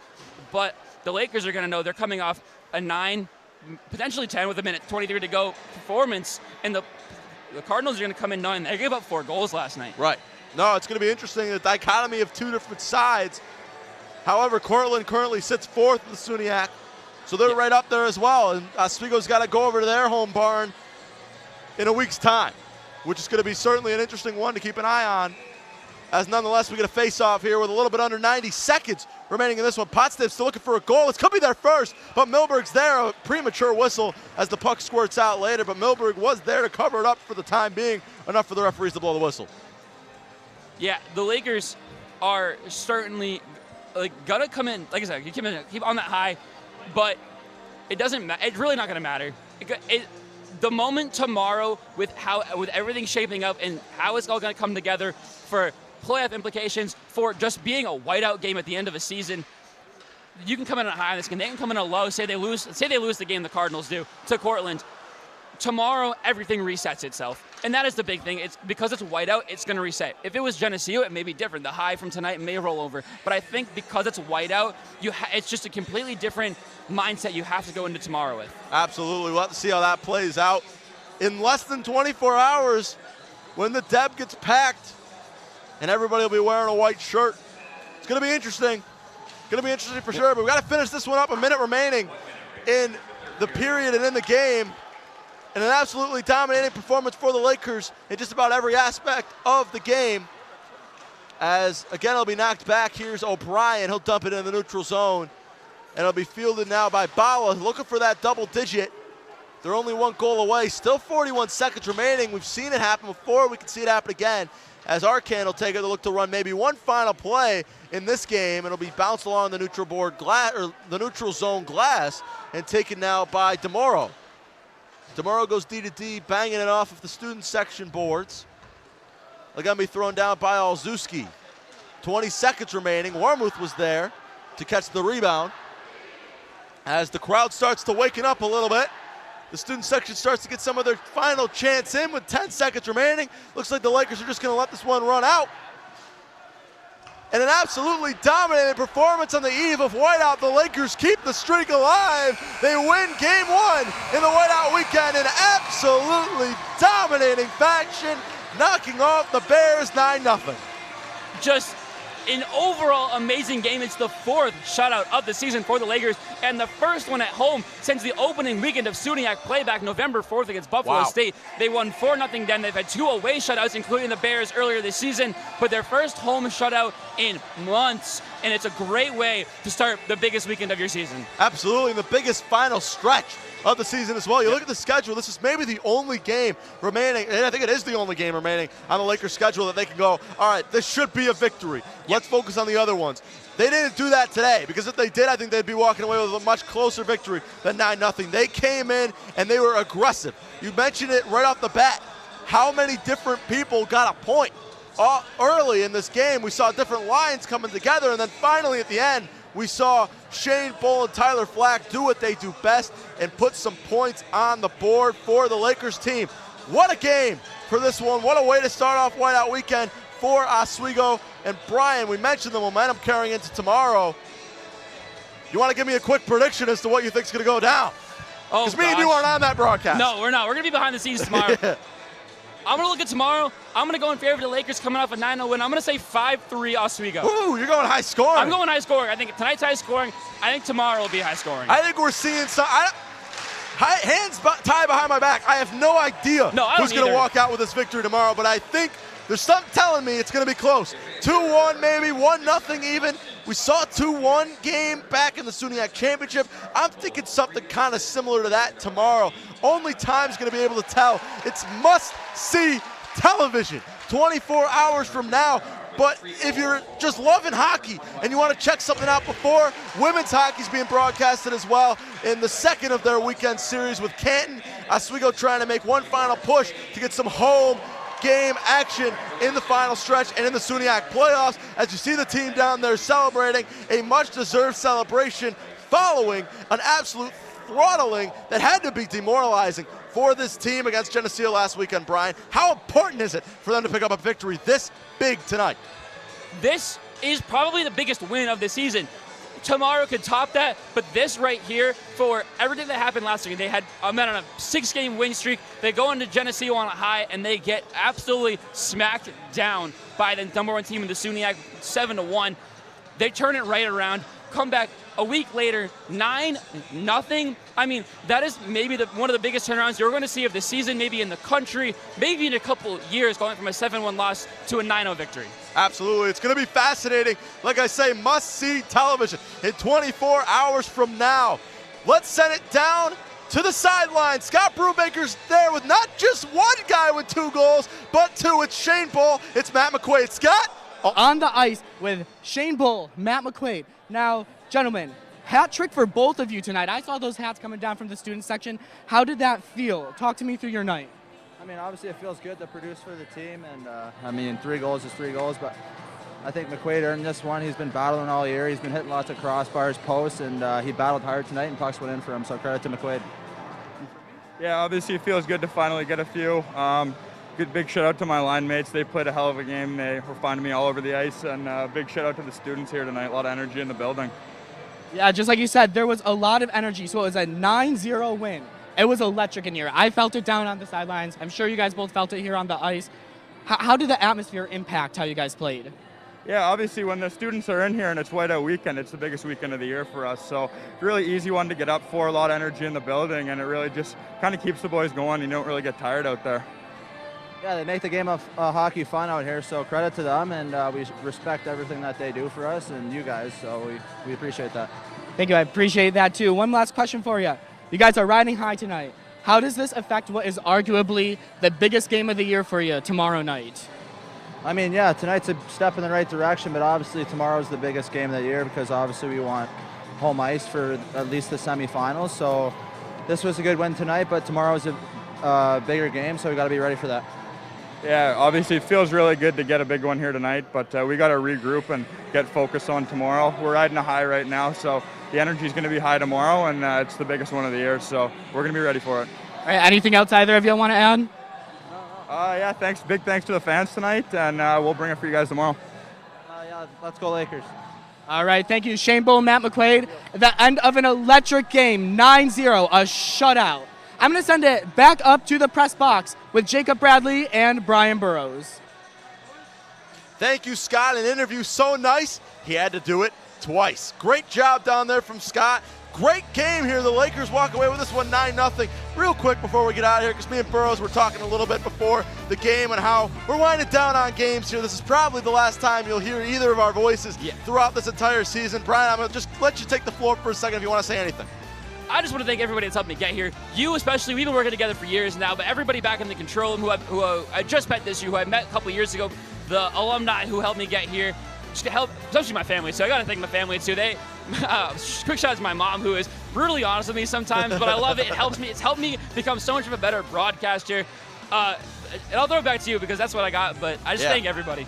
Yeah, what a ride it's been. It's been a pleasure to be here and been a pleasure to do a lot of different things. I know people that have been watching hockey for the last couple of years here in Oswego maybe have seen me in multiple different capacities. I'm never been a hockey guy, and here I am doing something I never thought I'd be able to do, which is calling a hockey game. What a pleasure it's been, an absolute pleasure to work with people like yourself. You make my job so much easier here at WTOP, so it's been a pleasure for everybody in the back and for everybody that's helped me, like you said, along the way, and most importantly, got to be my family, got to be my mom and dad for supporting me through everything. Pretty sure they're listening now. I don't know. It's been a late night. They work early mornings, so maybe they're not listening anymore, but if they are, big shout out to them. Love you guys. It's been an absolute pleasure to do everything so far here in Oswego. But that's going to do it for us two buffoons. We're going to throw it over to the three buffoons over there on the perch for the post-game show. You're not going to want to go anywhere. We'll be right back on WTOP 10.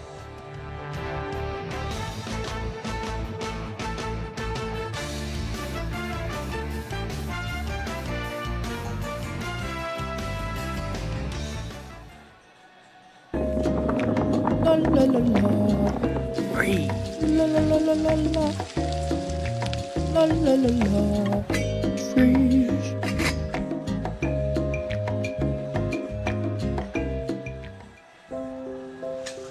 I want to eat apples and bananas. I need to eat apples and bananas. Why can't I eat apples and bananas? Support the Feeding America nationwide network of food banks to help provide meals to those in need. Join us at feedingamerica.org.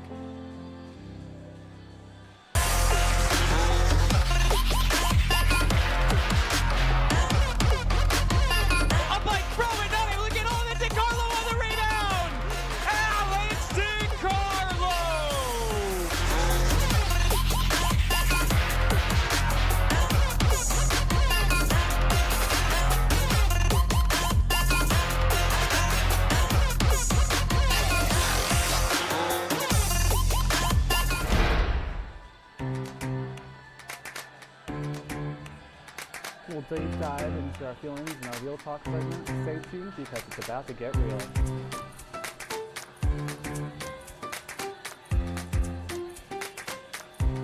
And it could be your last chance to see one occur for 2 decades, as the next time one will be visible over the continental U.S. It's May 84. Yarrow told police in the hospital that he had pressed the doorbell and waited. They may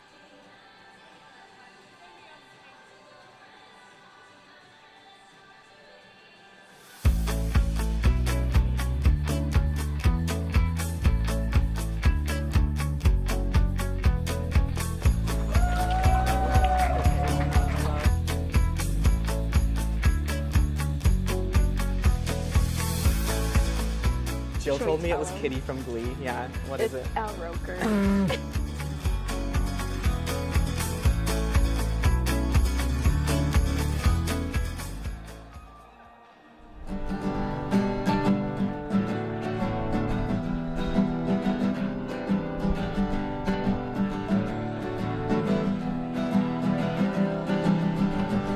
We're here for you, we're here for you. This is your channel 2. With sports and news and what to do, we're here for you. It's your TV, you're watching WTOP. Your TV, thanks for watching WTOP.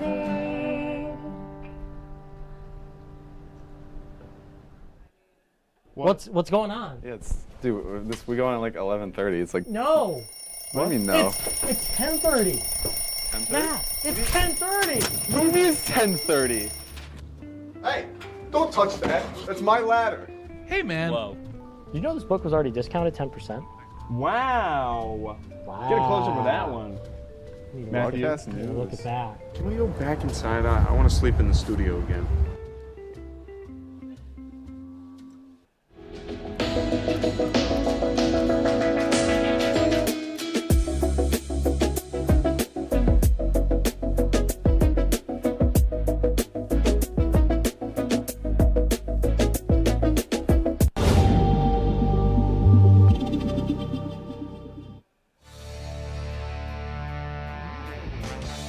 A successful night in the books for Oswego State. 2 wins on the day to kick off Whiteout Weekend. Welcome to your post-game show here on WTOP 10. I am your host of the evening, Matt Shermina, joined by Alex Brooks, Ryan Joyce, and now the lovely Scott Brubaker. Guys, just a lot to unpack in that game, especially in that last period. 6 goals in that last period. We'll take a look at all 6 of them.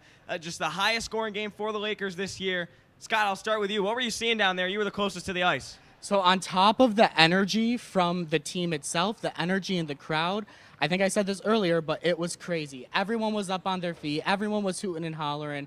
Such a positive vibe for the student section, especially ahead of tomorrow night. And Ryan, talk me through these goals. I mean, 6 goals in that last period alone. I mean, what does that mean going into tomorrow? I mean, looking at these replays right here, a lot of breakaway goals there for Oswego. Shane Bull really turned it up there in that third period. And Matt McQuaid had a little Rabarewski goal there, too. That was a good one. But overall, I think, that first period, who would have thought that it would be a 9-0 game at the end of this one? Because that first period, not much going overall, but they really turned it together and they played kind of the offensive game they're looking for. After having that game against Geneseo where they didn't score very well, it's good to see the puck go in the back of the net, Brooks. Yeah, it's really good to see the puck going back in the net. And as you were mentioning, if you would have told me at the end of the first that it would be 9-0, or at the end of the second that it'd be 9-0, I wouldn't believe you guys. I mean, what an absolute domination from the Lakers. We look at the game summary, 57 shots on goal for the Lakers. That is unbelievable. What a performance by them. 1 for 2 in the power play, and Joyce, you saw the face-offs. They're winning the face-off battle. They won every single stat right there, and just a complete domination from the Lakers. Yeah, I think if you go after, get a lot of shots in the offensive zone, they're definitely going to fall at some point. And for Oswego, they really did a great job defensively. You mentioned physicality was a key part of this game, guys, and I think overall that Oswego did a really good job. They played really good defense. I didn't really see a possession or really a part of that third or second period where Potsdam had a good offensive kind of cohesion with each other. So I think overall, Oswego did a great job. Physicality, play the way they want to play, and just take over that game and dominate. And that's what they did. 6 goals in that third period. And they were physical, but look at that. They stayed out of the penalty box, which I think that's the one thing that they did really well this game. Yep. Absolutely. We talked here a couple times about, not too high, not too low, just right. And that was the story for the Lakers, staying out of the penalty box today, but being able to play with that kind of aggression. And, tonight, 12 Lakers with a point, led by Matt McQuaid, a hattie for Matty tonight, a nice little hat trick. 13 Lakers with points tonight.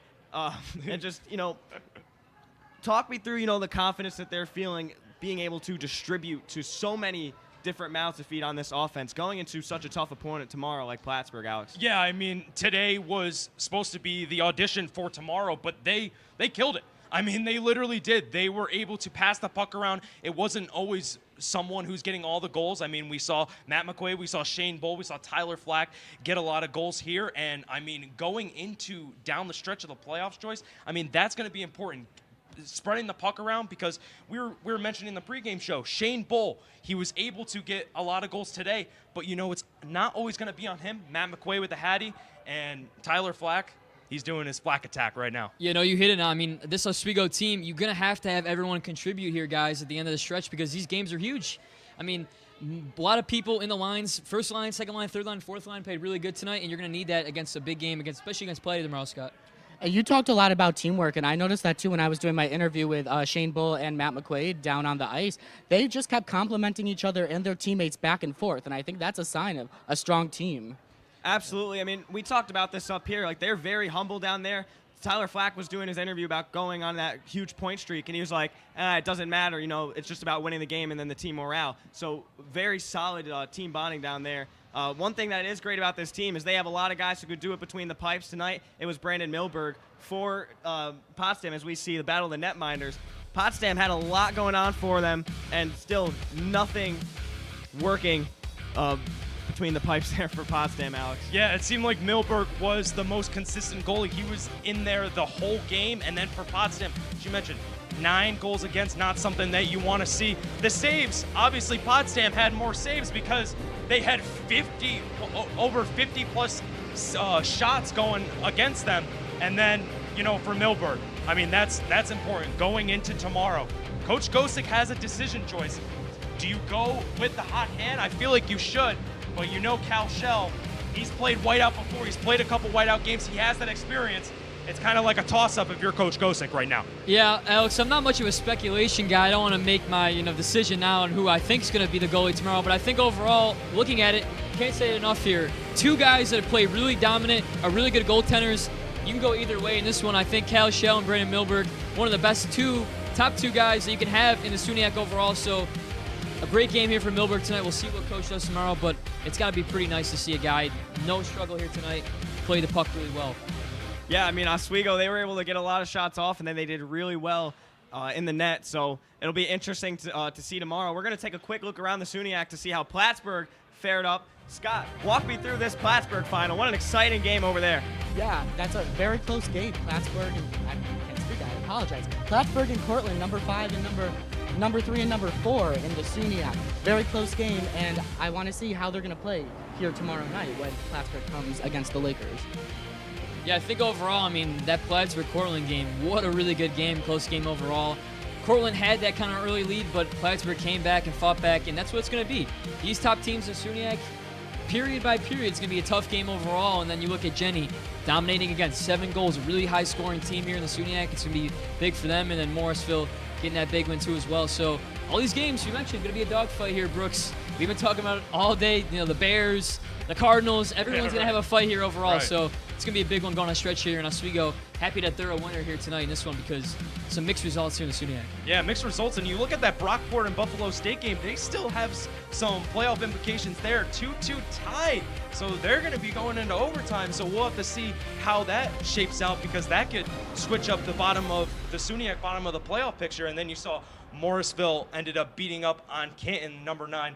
A good morale win for the Morrisville Mustangs to get that win against Canton. Yeah, so that Brockport Buff State Bengals game did go into overtime. They did end up tying at 2. We're going to look at the SUNYAC standings because tonight's game really kind of shook things up here. Now with just a couple games left to play in this season, you see Geneseo still at the top of the charts. Oswego right there in second place, and everywhere else kind of up for grabs right now. Ryan, we'll come with you first.